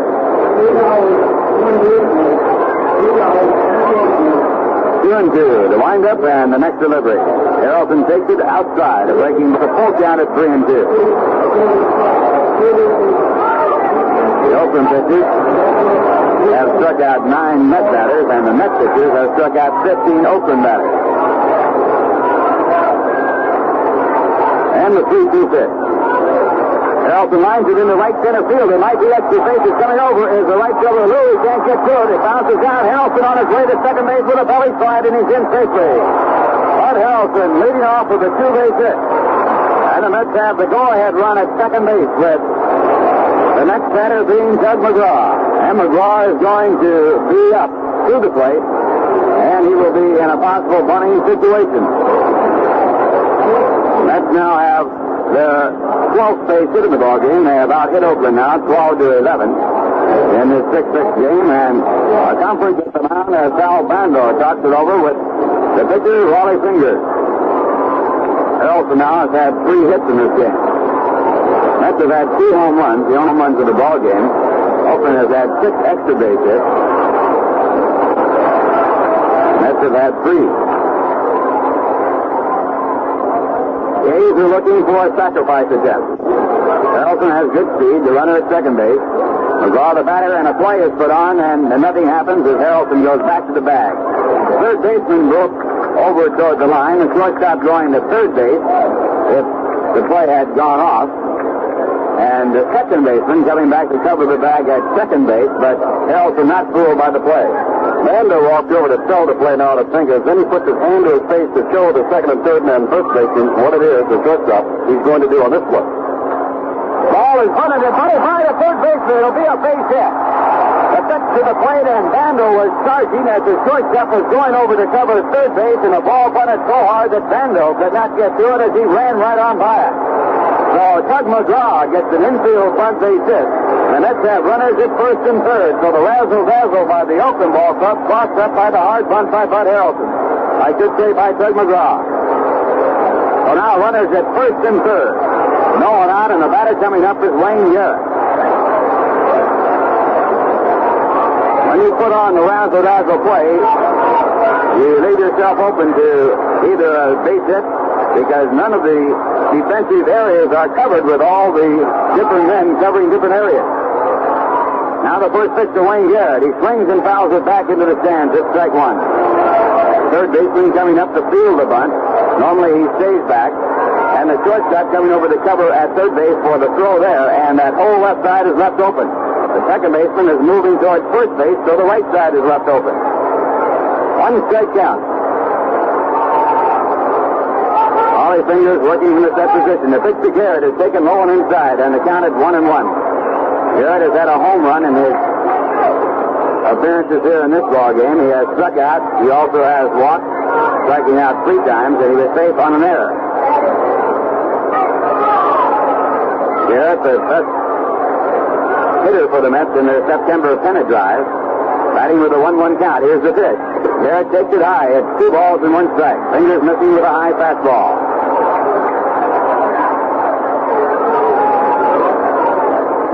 Harrelson leading off with a double. And the bunt base hit by Tug McGraw.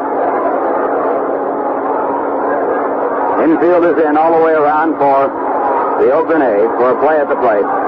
Harrelson a short lead at third base. About 4 or 5 steps away. And the next pitch to Garrett is swung on its foul tip.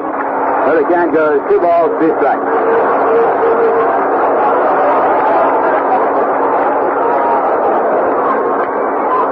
Garrett in the month of September had 6 home runs and 17 runs batted in. And the end of the season hitting in 9 consecutive ball games. He has had a tough time so far in the World Series play. 1 base hit. And 10 times up. 2-2 the count. And Fingers next pitch. Swung on and missed, and Garrett is struck out for the 4th time in the game. That is a big strikeout for Wally Fingers. Now runners at first and second, where a double play could get the A's out of the inning, and the batter coming up is Felix Meehan. Meehan was up with Bud Harrelson on at third base in the 10th inning with 1 man out. Hit a short fly ball to left field. It was caught by Rudy, and Harrelson tagging up came in to score. He came in straight up, not sliding, and it appeared to be safe. He was called out by Augie Donatelli for a double play that ended the inning. That's argued very strongly, but of course did not win the decision. So Meehan in another difficult situation. Here's the first pitch. He swings and fouls the ball back Back out of play, it's strike one. Leon is 0 for 5 in this game. He's 1 for 9 so far in the World Series. Right-hand batter, jokes up in the bat. Batted .290 for the season.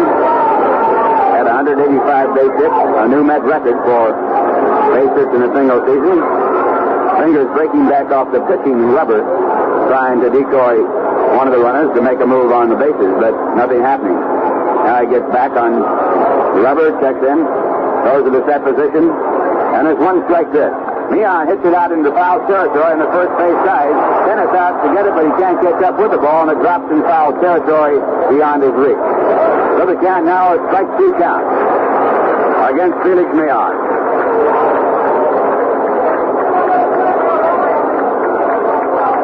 Shortstop Campy Cabanera is in to talk to his pitcher on the pitching mound. Now Cabanera goes back to his shortstop position.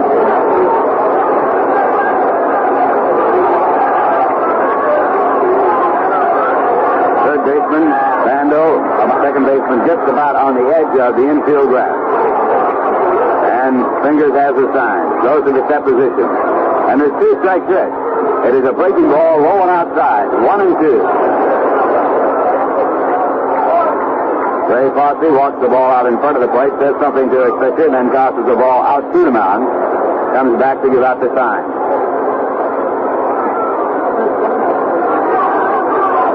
Bud Helson on at third base. Doug McGraw, the runner at first. Now Fingers to the set position. And the pitch.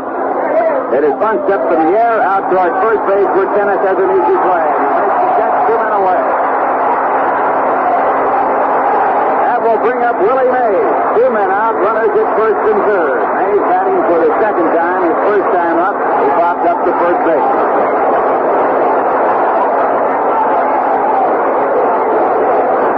Ollie Fingers getting 2 big outs. The strikeout on Wayne Garrett and the pop-up by Felix Leon. And now it's up to Willie Mays for the New York Mets.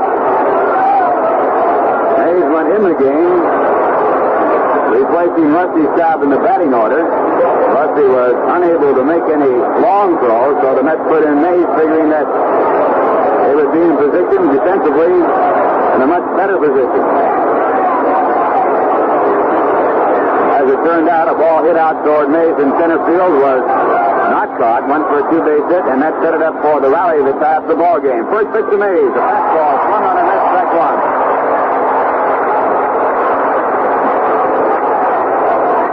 Mays played in the first game of this World Series, had 1 base hit and 4 times up. He had not started the ball game going back to September 15th before his appearance yesterday. 1 strike count. He and Rusty Staub are going back to New York early to take batting practice tomorrow. Here's the pitch. It is down into the middle. It's going to be a base hit, and Harrelson scores from third. Shaw goes down to second base and holds there, and the Mets take the lead by a score of 7-6 as Willie Mays singles through the middle, his second World Series hit in this 1973 year. And Raleigh Fingers took his glove and threw it straight up in the air, not trying to knock it down, but in disgust after the ball had already made it through to center field. Fingers almost getting out of the jam with brilliant pitching to Wayne Garrett and Felix Leon and giving up the base hit as Willie Mays, at the age of 42, has put the Mets in front 7-6. Now the batter coming up is Cleon Jones. He has a single and a home run, also has walked. Major Lee has been up 5 times in this game.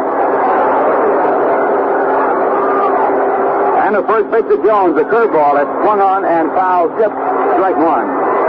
Jones homered in the second inning to get the Mets' first run, home run into the right field corner.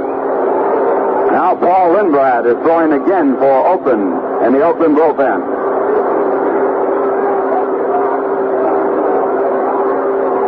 Mets with 3 base hits in the inning now have 14 in the ball game, and they have 7-6. And the next delivery to Jones over the outside, ball strike. Jones not agreeing with the call by Augie Donatelli. And it's a 2-strike count. Draw the runner at second base. He'll be working in his 7th inning in this ball game when he starts off in the bottom half of the 12th. Here's the pitch back to Jones. A line drive to left field. It's hit hard. Rudy comes up, takes it in one bounce, and McGraw is held up at third base. Wisely held up by Eddie Oates, the third base coach, and now the Mets have the bases loaded as Jones singles into left field. And the batter coming up is John Milner, a left-hand batter, and Dick Williams is now going out to the mound. He has a left-hand pitcher warming up in the bullpen, Paul Lindblad. The Mets have scored 1 run on 4 hits in the inning.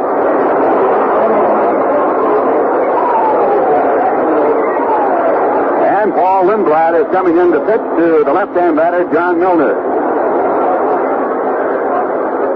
Raleigh Springers gets credit for 2 2/3 innings of work. So far charged with 1 run. He gave up 5 base hits. He struck out 2 batters, and he walked none, but he hit 1. And it's going to be Paul Lindblad. He's making his first appearance of the series, the left-hand pitcher.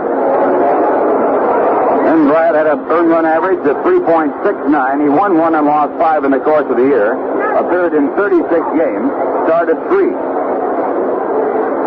So he'll be working to John Milner. And this ball game, which started out with Oakland, coming up with all the base hits in the early part of the ball game, has swung around, and the Mets have chalked up 15 base hits to Oakland's 11. In the early part of the ball game, Oakland had 3 runs and 6 hits in the first 3 innings. The Mets over the first 4 innings had 2 runs on 3 hits. So the Mets trying to even the series with a year in Oakland, and this has been a wild ball game. Anniversary play at home plate when the Mets thought they had scored the go-ahead run, but the out call made there on a double play from the outfielder on the fine throw by Joe Rudy. Nipping Harrelson at the plate on the call by Augie Donatelli. And now it's John Milner against the left-hander Paul Lindblad. McGraw the runner at third base, Mays the runner at second, and Jones the runner at first. Lindblad working from the windup, and the first pitch to John Milner.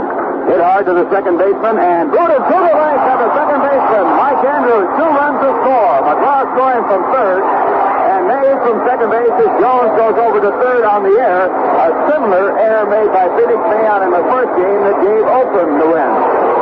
So the Mets have 2 more unearned runs. They had picked up 2 unearned runs on a throwing error by the pitcher, Darrell Knowles, back in the 6th when they took the lead. And the Mets now leading by a score of 9-6, and the batter coming up is Gary Grody.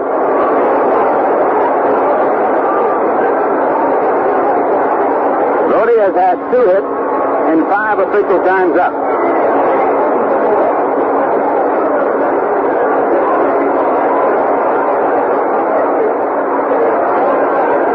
And the first pitch to the right-hand batter is taken inside, a curveball for a ball.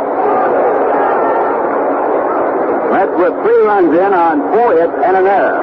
And runners at second and third, leading by a score of 9-6 as they bat in the top of the 12th inning. Now the pitch back to Grody, swung on and grounded foul, and the count 1 ball and 1 strike. All 3 runs now scored against the record of Raleigh Fingers.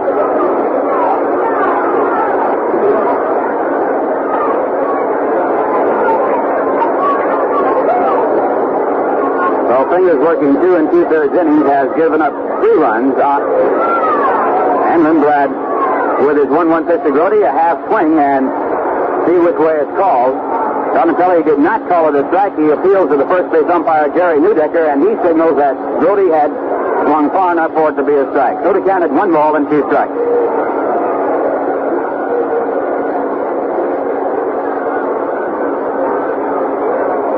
That error, incidentally, by the second baseman, Mike Andrews, the 4th error in the ball game by Oakland. The Mets have made 1.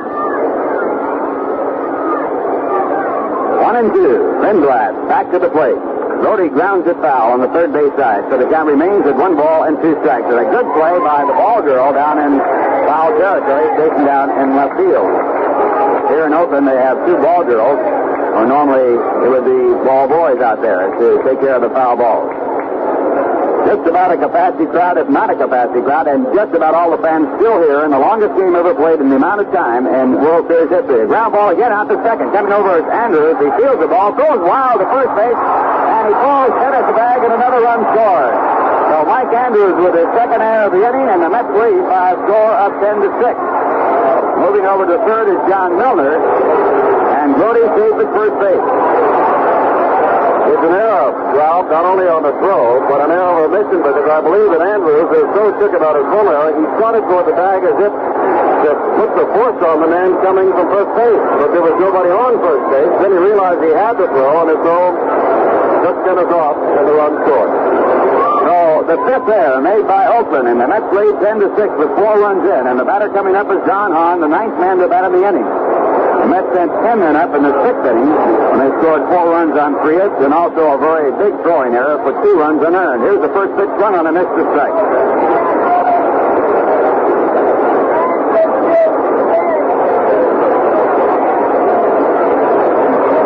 Mike Andrews at third, second baseman used in this ball game. Dick Green started the ball game, then Ted Kubiak went into play.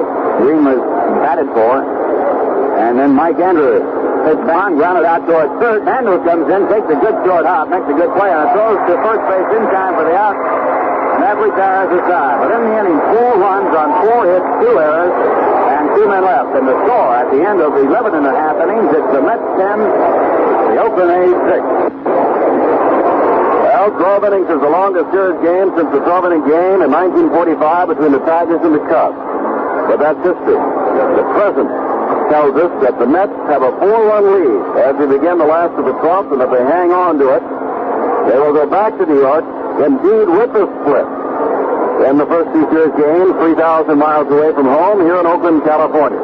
They had a shot in the ninth, but Oakland came up with 2 runs after 2 outs and tied up. They thought they had the go-ahead run later on. You heard about the Newdecker call at home plate. It nullified that rally by the Mets, but finally they put it all together in the top of the 12th inning, sending 12 men to bat with those 4 runs, and now with McGraw starting his 7th inning, which was the longest he had pitched in 1973, trying to nail this down for a series victory for the Mets. Jackson, Dennis, and Alou, and here's Ralph. Okay, Jim, and the first batter will be Reggie Jackson. He has been up twice against McGraw, and he has doubled and singled. He has had 3 hits in his last 3 times up, and he is 2 for 8 in the series. Had a big base hit in the 9th inning to put the A's in position to tie up the ball game, and Gene Dennis behind him tied it up with a single to left field after Jackson had singled to right. First pitch by McGraw. It's in for a called strike. McGraw has struck out 8. Came into the ball game in the 6th inning. He has given up 4 hits, allowed 3 runs. 2 runs and 3 hits in the 9th to tie up the ball game. Next pitch is chopped out towards first base. It's foul. So a 2-strike count to Reggie Jackson. It'll be Reggie Jackson, Gene Dennis, and Jesus Alou, the first 3 batters for the A's.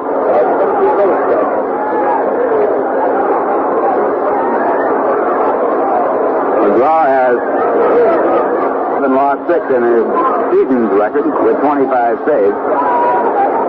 This is his 2nd appearance in this World Series. He worked 2 innings yesterday.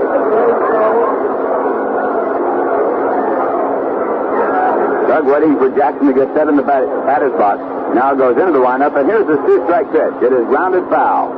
Ball off to the first base side, and as the ball rolls out into foul territory, George Stone gets up to throw in the bullpen for the Mets. Their left-hander who won 12 and lost 3 in the regular season. Jerry Koosman, way back when, was the starting pitcher. He worked 2 1/3 innings. Was charged with 3 runs. He gave up 6 hits, struck out 4, and walked 3. Next pitch is hit out to deep center field. Going back is Mays to the warning track. It might be gone, and the ball is off the top of the wall. Coming over the field, it is Leon Jones, and Jackson limping over to third base. He barely can get there. The ball almost gets him as he arrives, and evidently he either pulled a muscle or he turned an ankle. Jackson, the last 45 or 50 feet, just barely able to move. He was coming out, Ralph. I remember that he was out for almost 3 weeks with a pulled muscle in his leg just at the time he was really rolling along to those 32 home runs and 117 RBIs. And when he came back, that was the end of the line as far as the power play is concerned. But he apparently is saying he is all right. He is motioning the trainer away, but Dick Williams wants to come out to check. And he's getting down stretching that right leg like he might have pulled a muscle in the back of the right leg. And as he does, Yogi Berra walks out towards the mound where the Mets are having a convention led by McGraw and Grody and joined by Milner. And beyond, here comes Harrelson. Out goes Donatelli. Jackson still stretching that leg at third base, and Williams is now called back to trainer. Reggie missed all of the World Series last year, sliding into home plate in the final game of the playoff championship with the Detroit Tigers. Today, he was at spearhead in the last of the ninth inning when they tied it up, and he leads off the 12th as the A's are down by 4 runs with a triple that hit off the top of the wall, and Willie Mays having about the only place he could have some problems now in the area in which Mays had to go after that ball.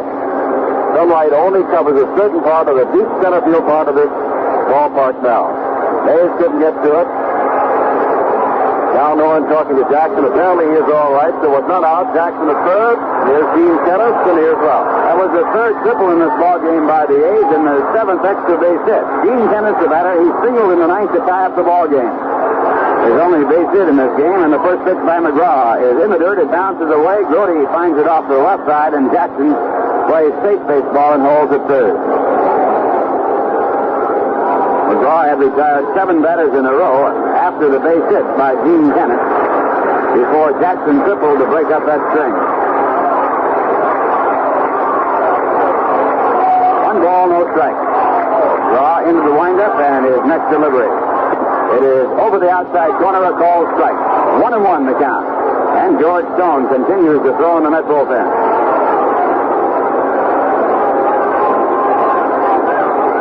McGraw reading the sign from his catcher, Jerry Grody. The Mets leading by 4. No one out. We're in the bottom of the 12th. Here's the pitch. It is a fastball inside. 2 balls and 1 strike. In the 7th inning, with runners at second and third and 2 men out, McGraw struck out Tennis with a screwball. Here's the pitch back, and he misses low and outside, and McGraw now finding difficulties as his control starts to leave. 3 balls, 1 strike. Tennis out of the batter's box. Time is called. Harrelson has shifted over in the hole, the shortstop for the New York Mets. Now Tennis back in the batter's box. 3-1 the count. And McGraw into the windup. Here's the pitch. And it's in for a called strike. That puts the count at 3 balls and 2 strikes. His big base hit in the 9th inning was 2 men away. Now swing at the next delivery. It's fouled back in the screen, and the count remains at 3 balls and 2 strikes.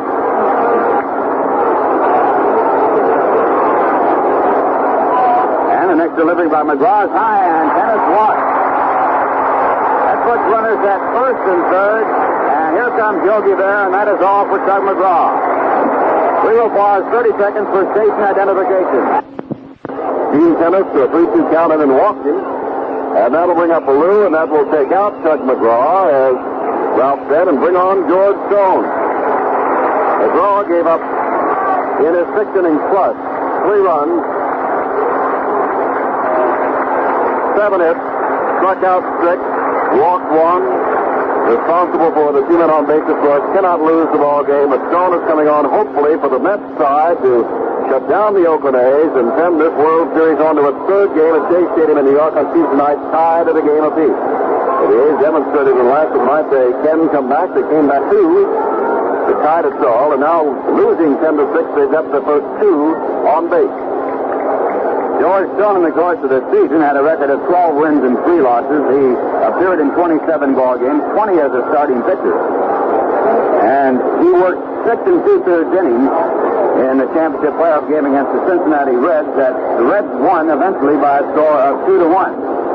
In that ball game, Stone gave up only 1 run, allowed 3 hits. He struck out 4 and walked 2.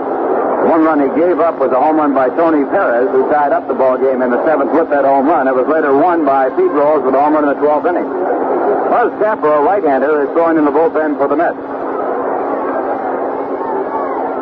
So George Stone, who had the best winning percentage in the National League, 12 wins and 3 losses, in the ball game for the Mets.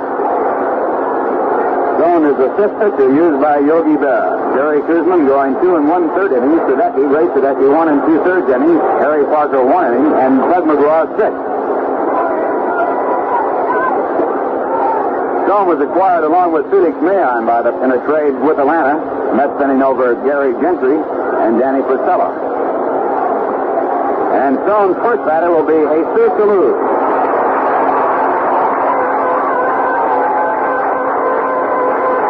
Alou has 2 hits and 5 times up in this game. He doubled in the first and singled in the third. No one out. We're in the bottom of the 12th. And Stone from the set position. The first pitch is high, ball 1.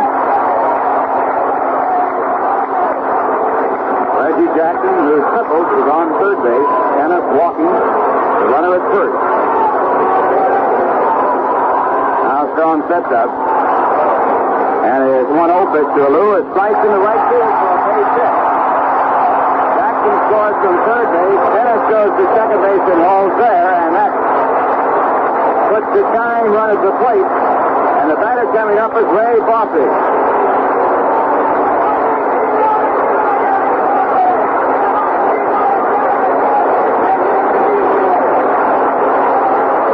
Is 0 for 4 in this game.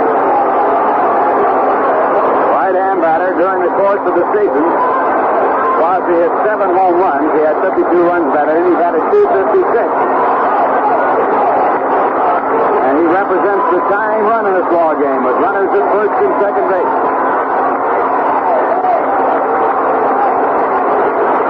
Mets leading 10-7. Stone looking for the sign. Now goes to the set position. And the pitch. It is taken high, a ball.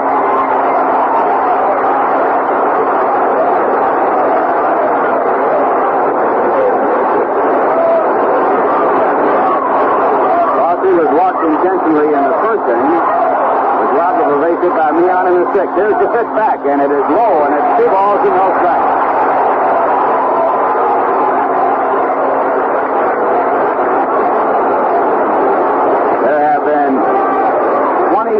Hits in this game. 10 extra base hits, 7 by Oakland and 3 by the Mets. 2 balls, no strikes, and Fosse steps back out of the batter's box.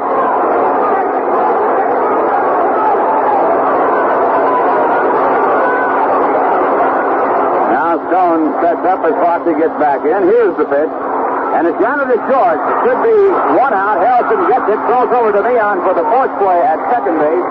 And on the play, Kenneth goes over to third. Well, the Mets get their first out of a big necessary 3. And the batter coming up is Mike Andrews. He has batted twice, and he is 0 for 2. 17 runs in this ball game. The most in a series game since the 5th and final game of 1961 when the Yankees beat the Cincinnati Reds 13-5.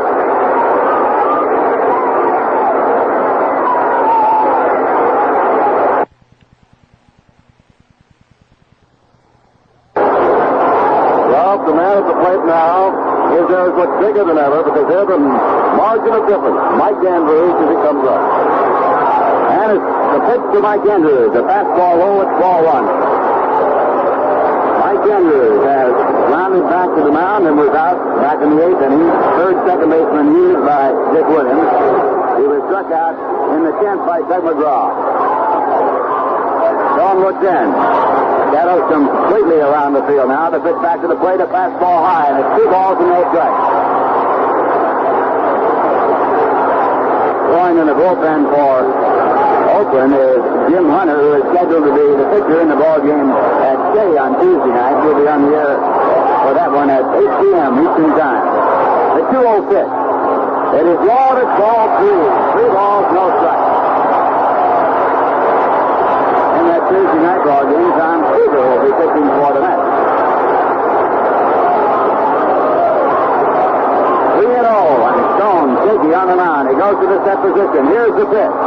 It is ball 4, and the tying run is at first base. The go-ahead one, the winning run, will be at the plate.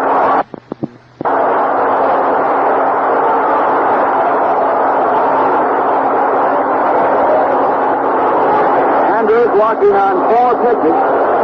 And now it's Milner talking with George Stone at the mound. And Vic Gavalio is at the on-deck circle. Vic Gavalio.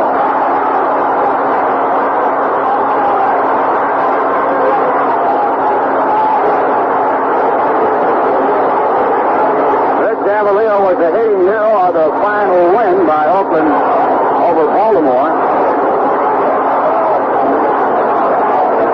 He batted 188 for the season. He was in 38 ball games. He had no home run. And he will be batting for the pitchers.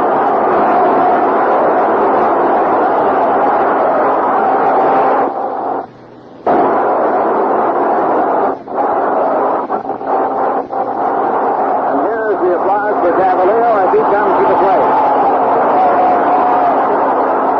Gavalio batting for Paul Lindblad.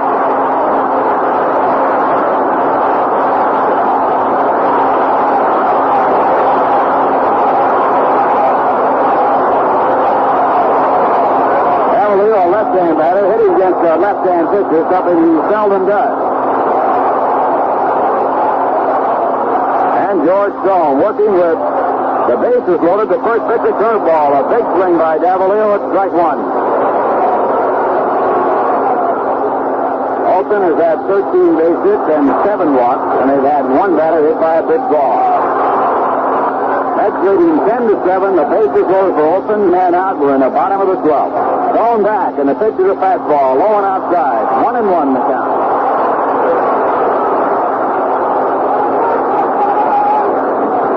Gene Kenneth, the runner at third base. Ray Foster, the runner at second base. Mike Andrews, the runner at first.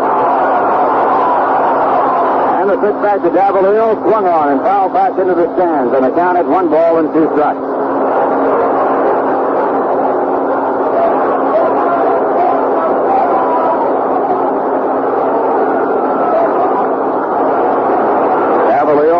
Batter's box now gets back in. And George Stone goes to the set position. The 1-2 pitch. It is grounded slowly towards first base for foul. So the count stays at 1 ball and 2 strikes.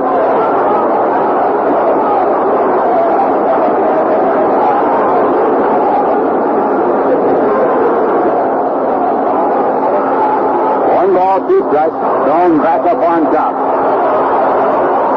It's not been a perfect ballgame by any means, but it has been exciting. 1-2. Here's the pitch. Gavalio swings and fouls it back out of play, and the count again stays at 1 ball and 2 strikes. There have been 6 errors made in this game, 5 by Oakland. 28 base hits, 17 runs scored. And it's not over yet.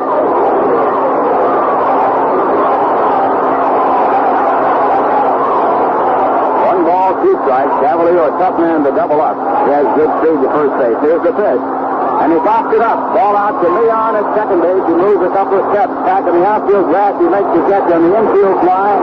And the Mets now an out away from going back to New York. Even up with the Oakland A's. And the batter coming up for Oakland will be Campy Campanera. Campanera has had 1 base hit and 5 times up in this game, a triple to right center field. He also was hit by a big ball. He has scored twice.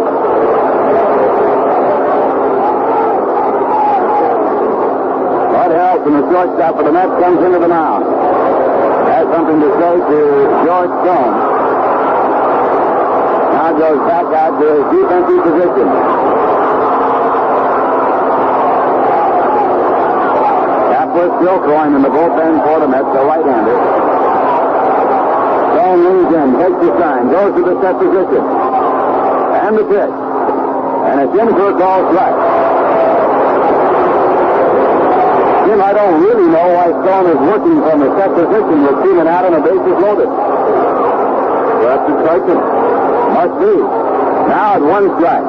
The pitch back to Campanera. It is grounded to short. Helton moves up, fields the ball, throws across the diamond in time, and the Mets win it. And they have tied up the series at 1-1.